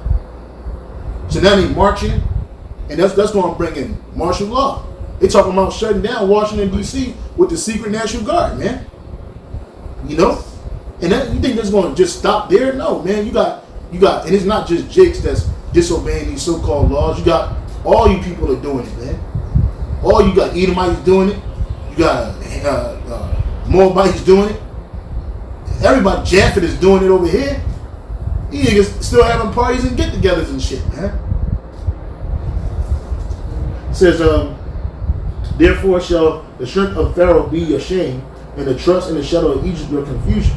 For the princes were at Zion, and his ambassadors came to hands. They were all ashamed of a people that could not profit them, nor be in help, nor profit, but a shame and also a reproach. See, the so-called white man can't help you, man. There's nothing he can do that's going to help you, man. There's nothing that he can give you that's going to profit you, man. That's right. Yeah, you get the check, you might live for a couple weeks or months or whatever. But guess what? The nuclear missiles are coming, and you through. If the cancer don't get you first, you through. You know what I'm saying? What you think this man really cared for you that much that he just wants you to just be under his wing? He want to chip you, man. He want to control you, man. Like that. I don't know if you've seen that commercial of the BBC News where the bitch is like, they had the commercial before where she had implanted like her phone on her hands and whatever. Oh yeah. And then the next episode or whatever is like her in the hospital and they had implanted her chip on the brain and shit. And at the end of the video, she says something, and then the dad was like, oh, so basically the mom or the dad, basically they could read your mind, like something like that. And then the bitch she didn't answer because to everything else she had an answer, like, yeah, she said they can't do it yet. And then when he said that, she was just like, oh yeah, I think she said, they can't do it yet. But it don't matter if they can't. They told you they can't do it yet. Yeah, it can. You know what I'm saying? So yeah, man, Esau wants to be like the scriptures tell you. Esau wants to be like the Most High, man. So that before you even think of doing anything, or while you're thinking it, he could control what you're gonna do. Basically, he could. I don't know. You could have that fucking chip in your brain, and he could throw fucking radar waves and thoughts into your head that make you take another decision or do something else. Yeah. And that's something that that shit is old, man. Like that fucking what they used in Panama. Yeah. That weapon. So they could do that shit with your chip, man. You got fucking receptors and antennas everywhere, satellites, and they could do that shit right there. Yeah. So it's just like whoever really thinks of even fucking letting Esau put a chip in you, you're fucking stupid, man. Hell yeah. He bugged out, man. I have Zephaniah 1 and 12. It says, and it shall come to pass at that time that I will search Jerusalem with candles, and punish the men that are settled on their leaves, that say in their heart, the Lord Yahweh B'Shem Yahushua will not do good, neither will he do evil. Yeah, and that's the mindset that Jake is in. Things are gonna go back to normal. Things are just gonna be cool. God, the one that even called God, which name is Yahweh, and his son, who they even called Jesus' name is Yahweh Shai. They just think that he's not gonna do nothing. He's just gonna just sit back and relax. He's sitting back on his throne, and he's just waiting for you to die. And Peter got the keys to the gate. he's sitting at the gate on a mantle, at the podium with a book. No, man. Nah, bruh. Nah, man. The Most High is about to judge you, man. And the scripture says the Most High judgment go out every morning, man. He doth not commit iniquity, man. The Most High is righteous, man. His judgment is righteous, man. You see somebody that's young get popped and dropped. Guess what, man? That was a righteous judgment. That was that person's judgment. That's what the Lord had sanctioned for he or she to exit this world, man, and go back to the spirit world, man, and to pay for their iniquities that they committed in their previous lives, man.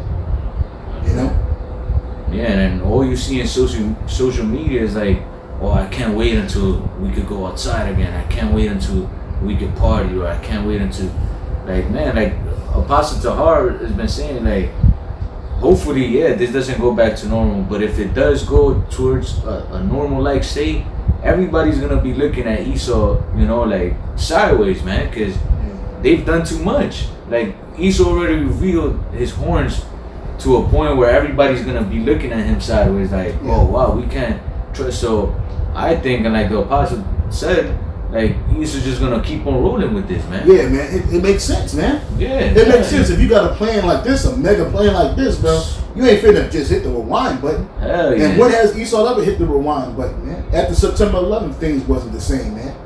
Things got harder. Restrictions got heavier.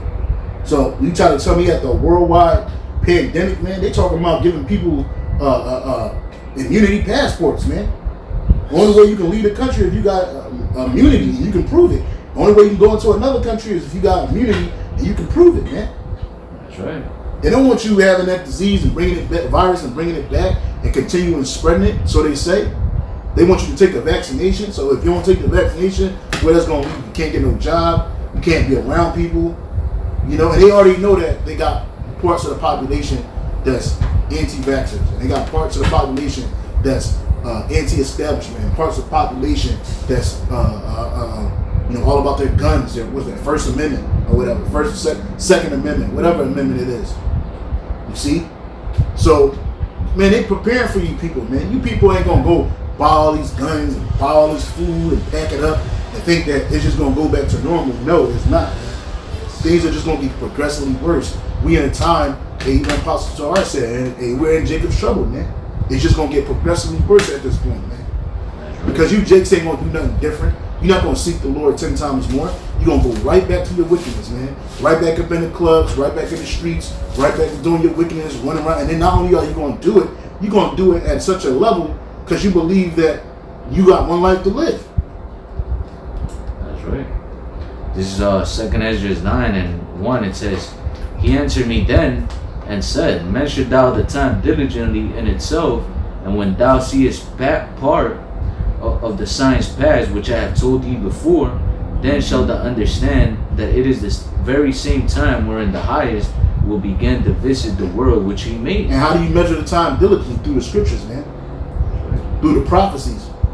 Through the word of Yahweh Bashim Yahweh Shai. Oh man, a kingdom rising up against kingdom. You seen it on the news, these different countries fighting each other. Oh man, that's the scriptures, man. Well then you know that it's getting close to the Yahweh Shai coming to visit the world which he made. You got a RFID chip. It's here, but it's being pushed casually in certain areas, and eventually it's going to be pushed to the whole world. Man, that's the scriptures. Oh man, World War III is happening. Oh man, he's coming, man. Because you're going to see Yahweh Shai one way or another, man. He's coming, man. And when he comes, he's not coming with roses in his hands and daffodils and a soft-spoken voice, man. He's coming to destroy, man. That's right. He's coming with fire, man. Okay? And we hope that we're part of the elect, man. To be saved. Salvation. And even we're going to be scared. Scripture says the righteous are scared to be saved, man. So it's going to get to the point where like you might not even know. You're going to see chips. And then you might see people getting beamed up. And you looking around like, oh, shit. You know what I mean? And you praying to Yahweh Shem Shai. And at that very moment, the missiles, you in a chariot, man. You in a tractor being watching this place being burned, man. Burn, baby, burn, man. That's right. Disco Inferno, man. You know what I'm saying? That's right. This place is about to be a true inferno, bro. So it's not, listen, man, you Edomites, your time is running short. Revelation 12:12. Your time is running short. So you know that you got to do something. And like the brother was saying, it makes sense that you're not gonna go back to normalcy, man. And even if you do get a taste of normalcy, man, it's not gonna be normal, man. Go ahead, bro. Revelation 12:12, it says, "Therefore rejoice, ye heavens, and ye that dwell therein. Woe to the inhabitants of the earth and of the sea, for the devil is come down unto you, having great wrath, because he knoweth that he had but a short time." Bring it down. That's right, man. And as we're seeing these prophecies unfold, man, we know that Esau's coming down with everything he's got, man. He's pushing more. He's not even just pushing one or two things at the same time. He's doing all his agendas. He's pushing them forward, man. The vaccinations, the chips, martial law, everything, man, at once. And he's using this pandemic to just push everything like we're going into, man. It don't really make sense for Esau to go back. For what? If he started the juggernaut already, man. Yeah. So might as well keep fucking going with his plan, man. Yeah. You see, and it says woe unto the inhabitants of the earth, man, because he's not gonna have mercy on nobody, man. And unless you're covered by Yahweh Shem Yahushua, hey, you're through, man. Esau's not gonna spare nobody, and the scriptures itself tell you that once the Lord brings judgment, he's not gonna spare old nor young, maiden or little children, nobody, man. The wrath of the Lord is gonna fall upon everybody, man.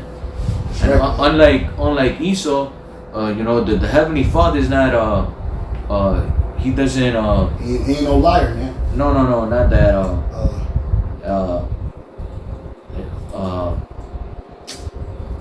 he doesn't have exemption of person. Shoot. Was it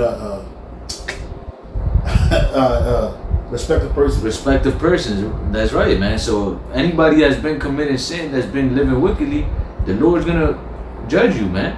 You ain't gonna escape this. The Lord says that, I am He.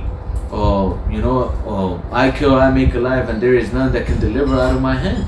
So hey, nobody's gonna escape, no matter who you call on, what you believe. If you're not within the covering cast of Yahweh Shem Yahushua, you're through, man. And precept. This is Acts 10:34. It says, Acts 10:34. Then Peter opened his mouth and said, "O truth, I perceive that the Most High is no respecter of persons." That's right, man. And Esau, you see his wicked ass court system. Well, as long as you have money, you have connections, you could get away with a murder. You could get away with rape, with anything. Anything. Yeah, but the Lord is not so, man. You commit a sin, you're gonna pay for it. Yeah. Numbers 23:19. The Most High is not a man that he should lie, neither the Son of Man that he should repent. Have he said, and shall he not do it? Or have he spoken, and shall he not make it good? That's right, man. And the words of the Heavenly Father are, you could bank on those words, man. The prophecies, everything he said, man. Because hey, he's not gonna he's not gonna retract what he said. He ain't gonna backtrack. Backtrack, yeah, kind of what. Yeah, man. So it's there's another scriptures that says, though it tarry, wait for it, for it shall not tarry. Yeah, man, and everything that's about to happen has been written since the beginning, man. As Habakkuk 2:1, I will stand upon my watch and set me upon the tower, and will watch to see what he will say unto me, and what I shall answer when I am reproved.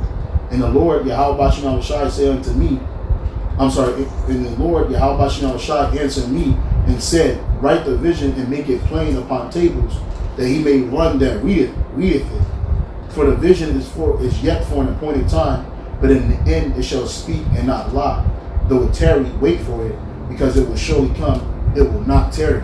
That's right, man. And a lot of people, since Yahushua came into the scene, man, have been waiting for the end. And it seems like it's, a long time, like, that's what they've been saying centuries ago. But nah, man, like we read before in 2nd Esdras, measured out the time diligently. It wasn't the time back then for the Lord to come back and for him to bring great wrath and judgment. You know, now is the time, because now is when he appointed for the destruction of Esau's kingdom to come. You see, and it's not going to tarry, because ultimately the Lord already spoke of it, man. You see, this is all Isaiah 46:9. Remember the former things of old, for I am the Most High, and there is none else.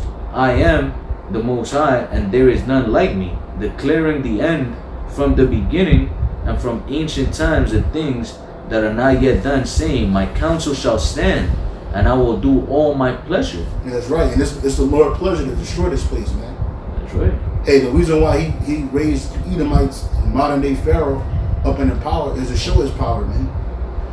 The first time he did it was in ancient Egypt, and you see what he did to that place. Egypt was a shadow of what it used to be prior to it being destroyed by Yahweh Shai, man, for enslaving the children of Israel. Okay, and even though the Lord Yahweh Shai hardened Pharaoh's heart, guess what? He still made Pharaoh pay for it, and that's what he's doing to you devils, man.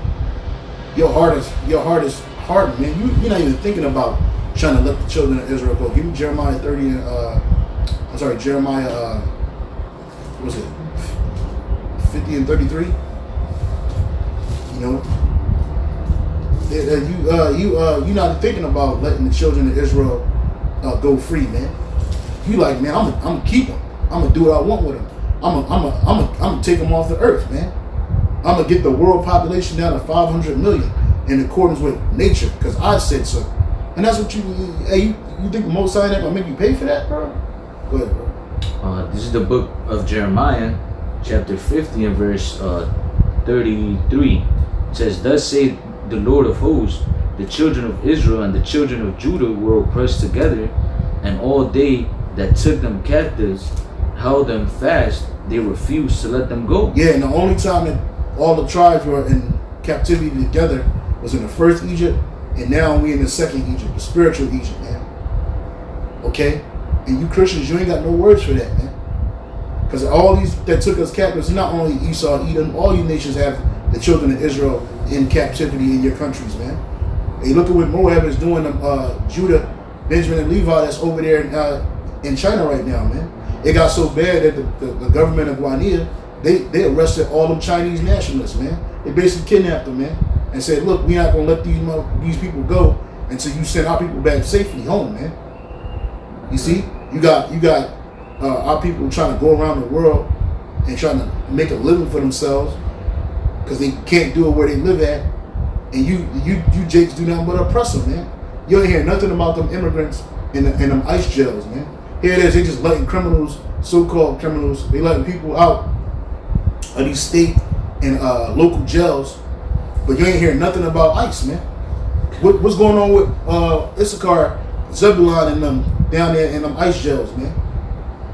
What, they just stop treating kids like crap and killing them? No, man. You refuse to let them go, man. Okay, all right, if they cross the border illegally, then send them back home where they from, man. But you ain't gonna do that. And the reason why is Jake leaving their countries to come up here, man? Because through your economic police and hitmen, you destroy these nations, man. You set up dictators and fake leaders, puppet leaders, to do nothing but to exploit their people, man, or to exploit the nation, man. And you got people of other nations over in presidency in South America, man. You got Moabites, Ammonites, Edomites over the children of Israel, man, and you refuse to let them go, man. Okay, you abusing them people down there in Brazil, man. Why I talk about Brazil so much? Because I actually been there, man. And life is hell for Jake down there, man. There's like really no hope down there, man. And then when Jake turned into street crime and drugs and all this other stuff, this is what you want to focus on. But life there's no upward mobility in that country, man. You got people living in shacks that's governed by demons, man. You know, the government don't even care about them people, man. But yet the police go up in there and kill who they want, man.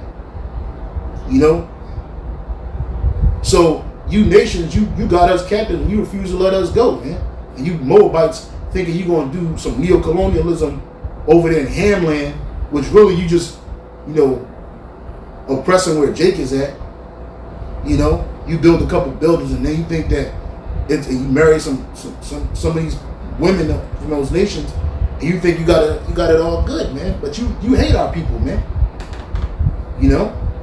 And the Lord's gonna make you pay for that. Give me Jeremiah 30 and 16. The spirit that you said. It's Jeremiah 30 and 16. It says, "Therefore all they that devour thee shall be devoured, and all thine adversaries, every one of them, shall go into captivity, and they that spoil thee shall be a spoil, and all that prey upon thee will I give for a prey." That's right, man. So all you nations that had us in captivity, you're going into captivity. All you nations that spoiled us, you're going to be spoiled. All you nations that had us for a prey, you're going to be for a prey. Guess what? That is every last nation in the world, man. Every last nation in the world, man. So guess what? All y'all going into hardcore slavery together. That's right. Just like the children of Israel went into hardcore slavery together. Even Daniel 9 and 12. Father get shot. Just like the children of Israel went into slavery together, y'all going into slavery together. Just like we built y'all kingdom up, y'all gonna build our kingdom up. And y'all gonna maintain it. That's right. For 1,000 years, y'all ain't getting no money. You're not gonna get no land. You're gonna be concentrated in the land of Israel and other planets that we're on, building up our kingdom, man. And then after 1,000 long years of hardcore slavery, y'all gonna get y'all land back that was given to you by the Most High. But you still gonna be a complete workforce for the children of Israel, because we ain't working. Our children never gonna know what work is, man. What is that? What's employment? Oh, that's for slaves. That's for servants, man.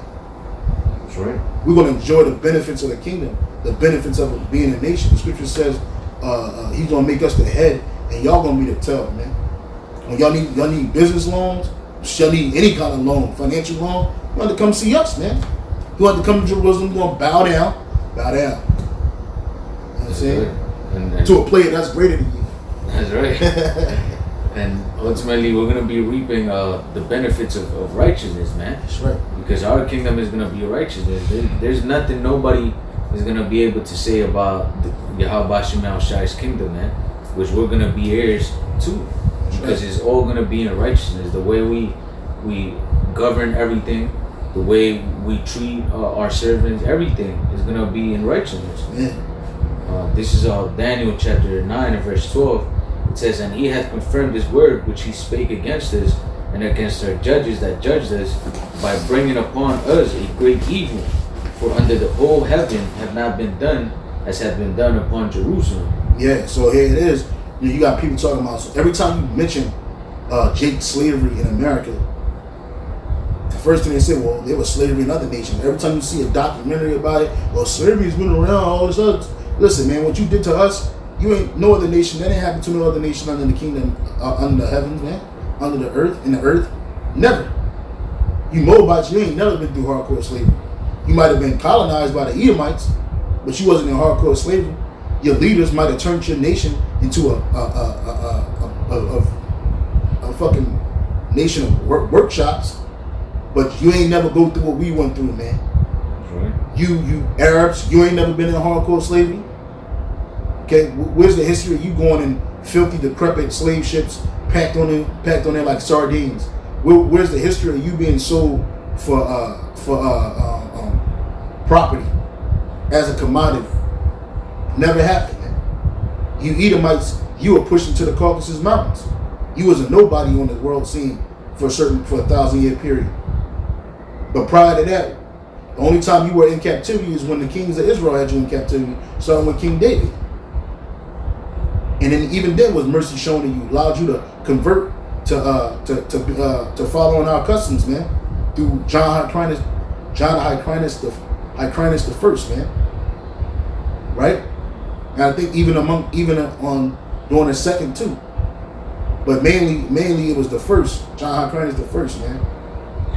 See? So look, I mean, you Japhetic people, man. You so-called Polynesian, Micronesian, Melanesian people. When were you in hardcore slavery? And they got a couple of pictures of them ugly ass Aborigines was in chains. But when were you in hardcore slavery, man? When were you sold on auctioning blocks? That's your door? Oh, sorry. All right. When it happened to you? Look at the Hamites, man, the Sudanese, the Canaanites, the South Africans, the North Africans, man. When were y'all put in harm? Never. Y'all made a movie called Shaka Zulu, and you mentioned the wandering Jews of Africa, man. You mentioned that. So come on, bro, get out of here, man. You nations, man, missed us with all that other shit, man. Y'all going into hardcore slavery because Yahweh Shema Shai said so, man. That's right. You the servant, Jeremiah 49 and was it 49 and 12? Bible Shah? Hell out of here, man. Jeremiah 49 and 12, it says, "For thus saith the Lord, behold, they whose judgment was not to drink of the cup have assuredly drunken, and art thou he that shall altogether go unpunished?" Yeah, so that was it wasn't our judgment. The Most High didn't create us to be servants of you heathen nations, man. Yahweh Shah created us to be over you, man. But because of our iniquities, they've led us to losing our connection with Yahweh Shah, him turning his back on us for our judgment. And then you nations, y'all had your way with us, man. You nations, you took it upon yourself to further our iniquity, man. All right? But now the Most High has turned his face back towards us. Now y'all getting scared, man. Because y'all know what time it is, man. Go ahead. It says, "Thou shalt not go unpunished, but thou shalt surely drink of it." Yeah, you're not going to go unpunished, man. The so-called white man, you're not going to go unpunished, man. And don't get mad at us. Like Apostle Tahar said, man, we went through slavery, man. We had to go through it. Now you got to go through it, man. That's right. It's just simple as that, man. The tables have turned, man. The pendulum is switching to the other side. Don't get mad at us. Get mad at the Most High, and you can do that all you want. It still ain't gonna change nothing. Was it back in the days? You say, "Scratch your ass and get glad." Be mad. Scratch your ass and get glad, man. That's right. Huh? You should be happy, man. Y'all had the whole world, man. Y'all had the fatness of the earth. Y'all had the dew of the heaven. Y'all had the sword. You should have enjoyed it while you had it, man. Yeah. Instead of just trying to destroy Jay further than you already did. Yeah. But yeah, here it is. You spent most of your time trying to destroy us when you should have been enjoying your kingdom, man. All you Edomites, y'all should have all been living like the Rothschilds, man. From the least of you to the greatest of you, man. Y'all should have been living like, like a Rothschild, man. Y'all should have had manners. Y'all should have had servants. Y'all should have had access to gold and silver. But y'all didn't, man. Because the super elite of your people, they held it away from you, man. They hid it away from you, man. And they gave you white privilege, man. They gave you preference in society. Ooh. But then you got poor Edomites. You got broke Edomites. You got homeless Edomites, man. In the kingdom of heaven, none of us are going to be homeless, man. Ain't going to be no such thing as homeless amongst the Israelites, man. The least of our people going to be richer than going to make David the Rothschild look like a welfare case, man. It's going to make Jacob Rothschild look like a welfare case. You out here buying priceless art. Art you can't even put a price on it. This shit's stay priceless. But you got poor your people. You killing your own people, poisoning your own air that you got to breathe. It ain't like you Edomites got special lungs. It ain't like you Edomites got like you don't get thirsty, you don't get tired.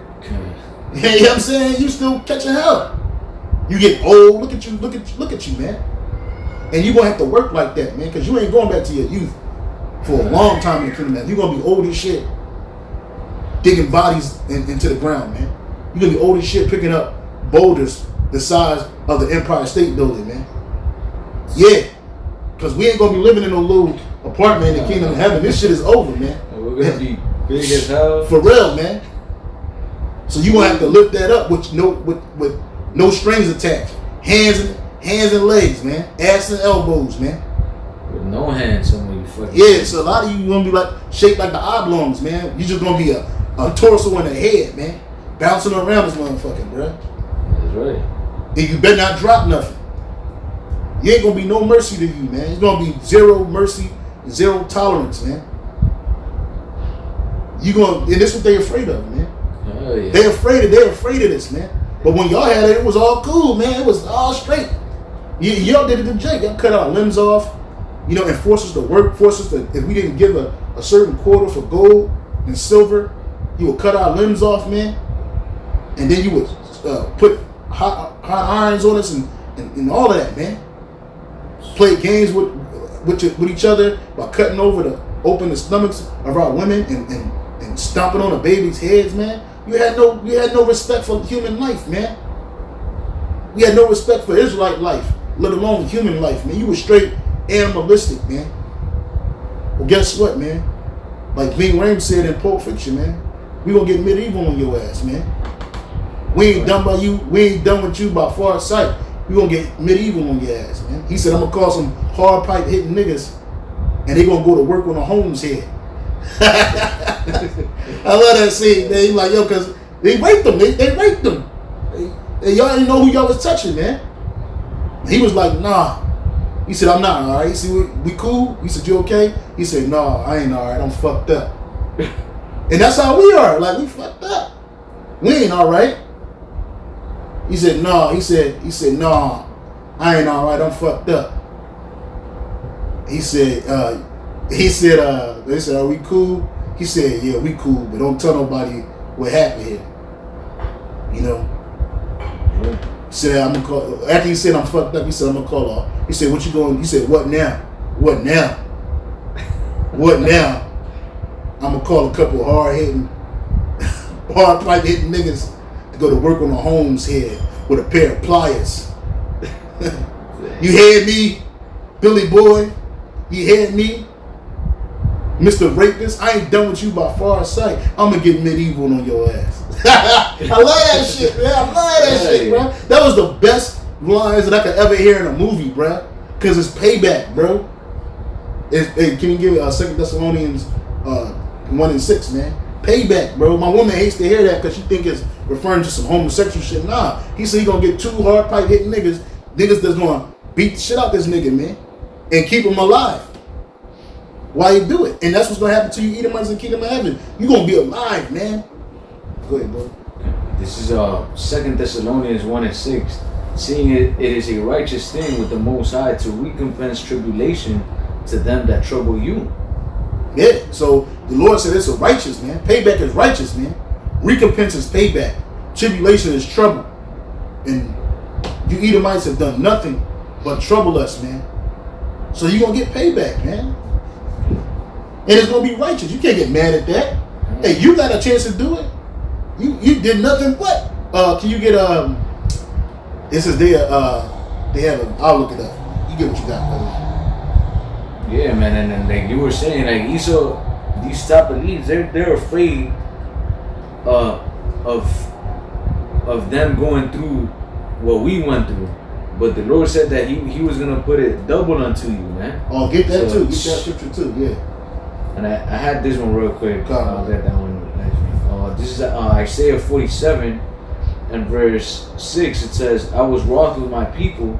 I have polluted mine inheritance and given them into thine hand. Thou didst show no mercy. Yep. Thou didst show them no mercy. Upon the ancient hast thou very heavily laid the yoke. Yeah. So there it is. You didn't show us no mercy, man. And the scripture says, no mercy will be shown to him that showed no mercy, because mercy rejoices against judgment. James 2:13. You see? And you heavily laid that yoke even on the old of our nation, man. You got Jake 60, 75 years old still working, man. I went to the supermarket a couple of years ago, and there was a Jake, he's 65 years old. He had to bag groceries, man. Retired from the military, had to bag groceries, man. You know what I'm saying? Like, he shouldn't be working. He should be retired for real, retired. You know what I'm saying? You know, but Jake, you got the what's the retirement age in America used to be like 65, now it's like 70, or used to be 60, now it's 65, then there's 70 years. And the Lord said that the max you might have to live in this world is 70 years, man. So as soon as you retire, you ready to drop dead. You know what I'm saying? So you can't collect on that. So you very heavily laid your yoke. You got it, bro. Revelation 18:16, it says, reward her even as she rewarded you, and double unto her double, according to her works.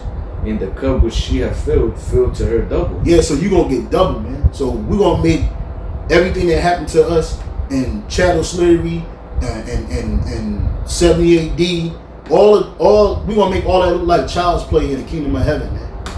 Because you're going to get double. And we got double. The reason why we went through that, the hangings and all of that, the burns, the castrations, the hardcore slavery, all of that stuff that we went through was because we got double what the Lord wanted to get us. And he still showed us mercy. But in the kingdom of heaven, y'all ain't going to get no mercy, bro. There's going to be zero mercy. The scripture says in Isaiah chapter 14, real quick, the scripture says in Isaiah 14, it says, 14 and 6, it says, I'll start at 5. The Lord hath broken the staff of the wicked and the scepter of the rulers. He who smote the people in wrath with a continual stroke, he that ruled the nations in anger is persecuted and none hindereth, man. So you Edomites going to be persecuted and nobody's going to hinder us, man. You think most of, oh, no, son, you going too hard. Hell no. Go harder. Go harder. Ezekiel 25 and 12. Go harder, man. That's what's going to happen to you nations, man. Starting off with your nation of Edom. Ezekiel 25 and 12, it says, Thus saith the Lord power, because that Edom hath dwelt against the house of Judah by taking vengeance, and hath greatly offended, and revenged himself upon him. Therefore thus saith the Lord power, I will also stretch out my hand upon Edom, and will cut off man and beast from it, and I will make it a desolation from Teman, and they of Dedan shall fall by the sword. And I will lay my vengeance upon Edom by the hand of my people Israel, and they shall do in Edom according to mine anger, and according to my fury, and they shall know my vengeance, saith Yahweh Ba'ashem Yahushua. Yeah, so we're going to do according to what the Most High. And the Lord said he's angry with the wicked every day. He said that he has a perpetual indignation against your nation forever. So there ain't no hope for you, man. And that's why you got to go hard. You hoping that you can kill enough of us where we ain't going to be able to defend ourselves against you. But whatever, man. This is a spiritual thing. It's not a physical thing. That's right. So the Lord He's gonna save the elect, and we're going to get brand new bodies. And we're going to come down, and we're not going to meet you as a man. We're going to meet you like Yahushua is in our power, man. We're going to be immortals. We ain't going to be able to die. We ain't going to be able to feel pain. We're going to be real supermen and superwomen, super babies. You know what I'm saying? We're going to be in league with all the animals, or they're going to be in league with us. You know what I'm saying? Ain't nothing going to hurt us. Our baby's going to be able to play with poisonous apps. They're going to be leading, can you get that scripture? A child shall lead them. A baby going to be able to lead bears and lions and tigers, man. And they're not even going to think to hurt our children, man. I ain't got to say they better not. They're not going. The Lord said that in all the kingdom, nothing's going to kill. Roughly paraphrasing, nothing's going. Nothing that kills is going to be in there, man. So a lion's going to eat straw, but it's going to eat your ass. That's right. Go ahead, bro. This is the book. This is Isaiah chapter 11 and verse 6. It says, well, the wolf also shall dwell. So where you reading that, bro? Isaiah 11 and 6. It says, the wolf also shall dwell with the lamb, and the leopard shall lie down with the kid, and the calf, and the young lion, and the fatling together, and a little child shall lead them. Yeah, see? So read it again. A wolf. So I think this one. Isaiah 11 and 6. The wolf also shall dwell with the lamb, and the leopard shall lie down with the kid. Yeah, see, a wolf and a lamb is a baby sheep. And now, if a wolf was amongst a baby lamb, it'd kill it and eat it, man. You know. And he said, what else? A leopard and the leopard shall lie down with the kid. Yeah, a leopard with a baby goat, man. In this world, a leopard see a goat, man. It's dinner time, man. Go ahead. And a calf and the young lion and the fatling together. Yeah, so the cubs, the baby calf, the baby cows, and the baby fatlings, they're gonna be together. They're gonna be chilling. Go ahead. And a little child shall lead them. And a little child shall lead them, man. And that little child is a child of Israel, man. That's what our kids gonna be able to do for fun, man. They're gonna be able to go out into the land, and we ain't even have to worry about them. We ain't gonna be like, oh man, where's little baby, Khan at? Where's baby Gabar at? Are they okay?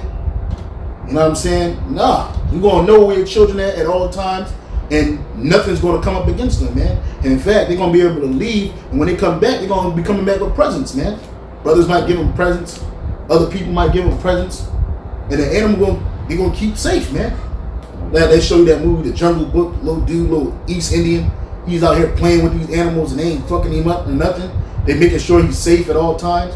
Well, guess what? In the kingdom of heaven, that's gonna be an Israelite baby. There ain't gonna be none of these Edomites. You're gonna try, and then you're gonna fail, and it's gonna be funny. You're gonna laugh and walk away. If you feel like walking, because you're gonna have that power, baby. That's right. It says, and the cow and the bear shall feed. Their young ones shall lie down together, and the lion shall eat straw like the ox. Yeah, it says the cow and the bear is going to sit together, and a young one and a lion. The lion is going to eat straw like an ox, man. And you know that them oxes are huge, man. All they eat is straw, man. All they eat is grass, man. And they eat the herbs, man. So the lion's gonna be eating the herbs. So imagine how big that lion gonna be, man. It's gonna be husky, man. Yeah, that's probably why they sleep so much, because they say lions sleep most of the day. Yeah, it's because they eat so much meat. Well, thinking as a man, but you never know, man. Even cats do, man. Well, they're not gonna be carnivores no more, man. Okay. Only time they gonna raise up and put them teeth on meat is when they eating the Edomite and destroying them, man. Tearing them up in pieces, and probably chew you and spit you out because you're nasty. You know what I'm saying? And then one of you Edomites gonna have to come behind that lion and clean up the mess, man. And don't be scared either, man. Clean it up, man. The moment you flinch, you jump, he coming for you, man. And then the next Edomite line him up, clean up the mess, man. Until it's all cleaned up, man. Like my daughter said, all clean, all clean. You know what I'm saying? So it's all clean. You know what I mean? Let me close up, bro. I'll read this one. Yeah. It says, verse 8, and the suckling child shall play on the hole of an asp, and the weaned child shall put his hand on the cockatrice then. That's right. So they're gonna be able to play with these animals that you can't play with now, man. You know, animals will destroy you, man. That's right. And everything's gonna go back to its life again. So it's gonna be bigger. Everything's gonna be bigger, man.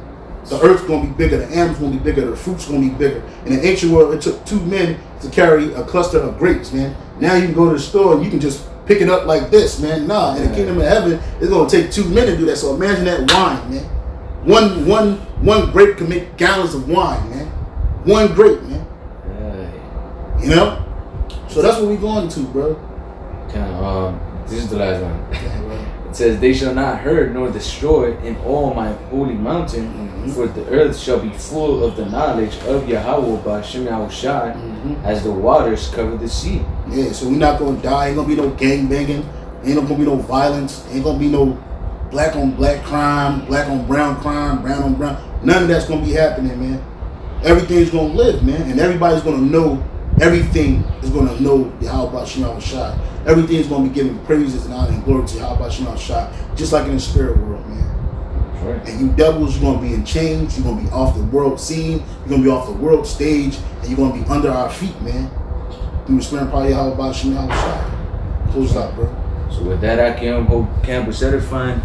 Again, all praise, honor, and glory to Yahweh B'Shem Yahushai B'Shem Makakadash. Double honors to the apostle and others that great Mosul, and peace and salutation to all you Akim out there.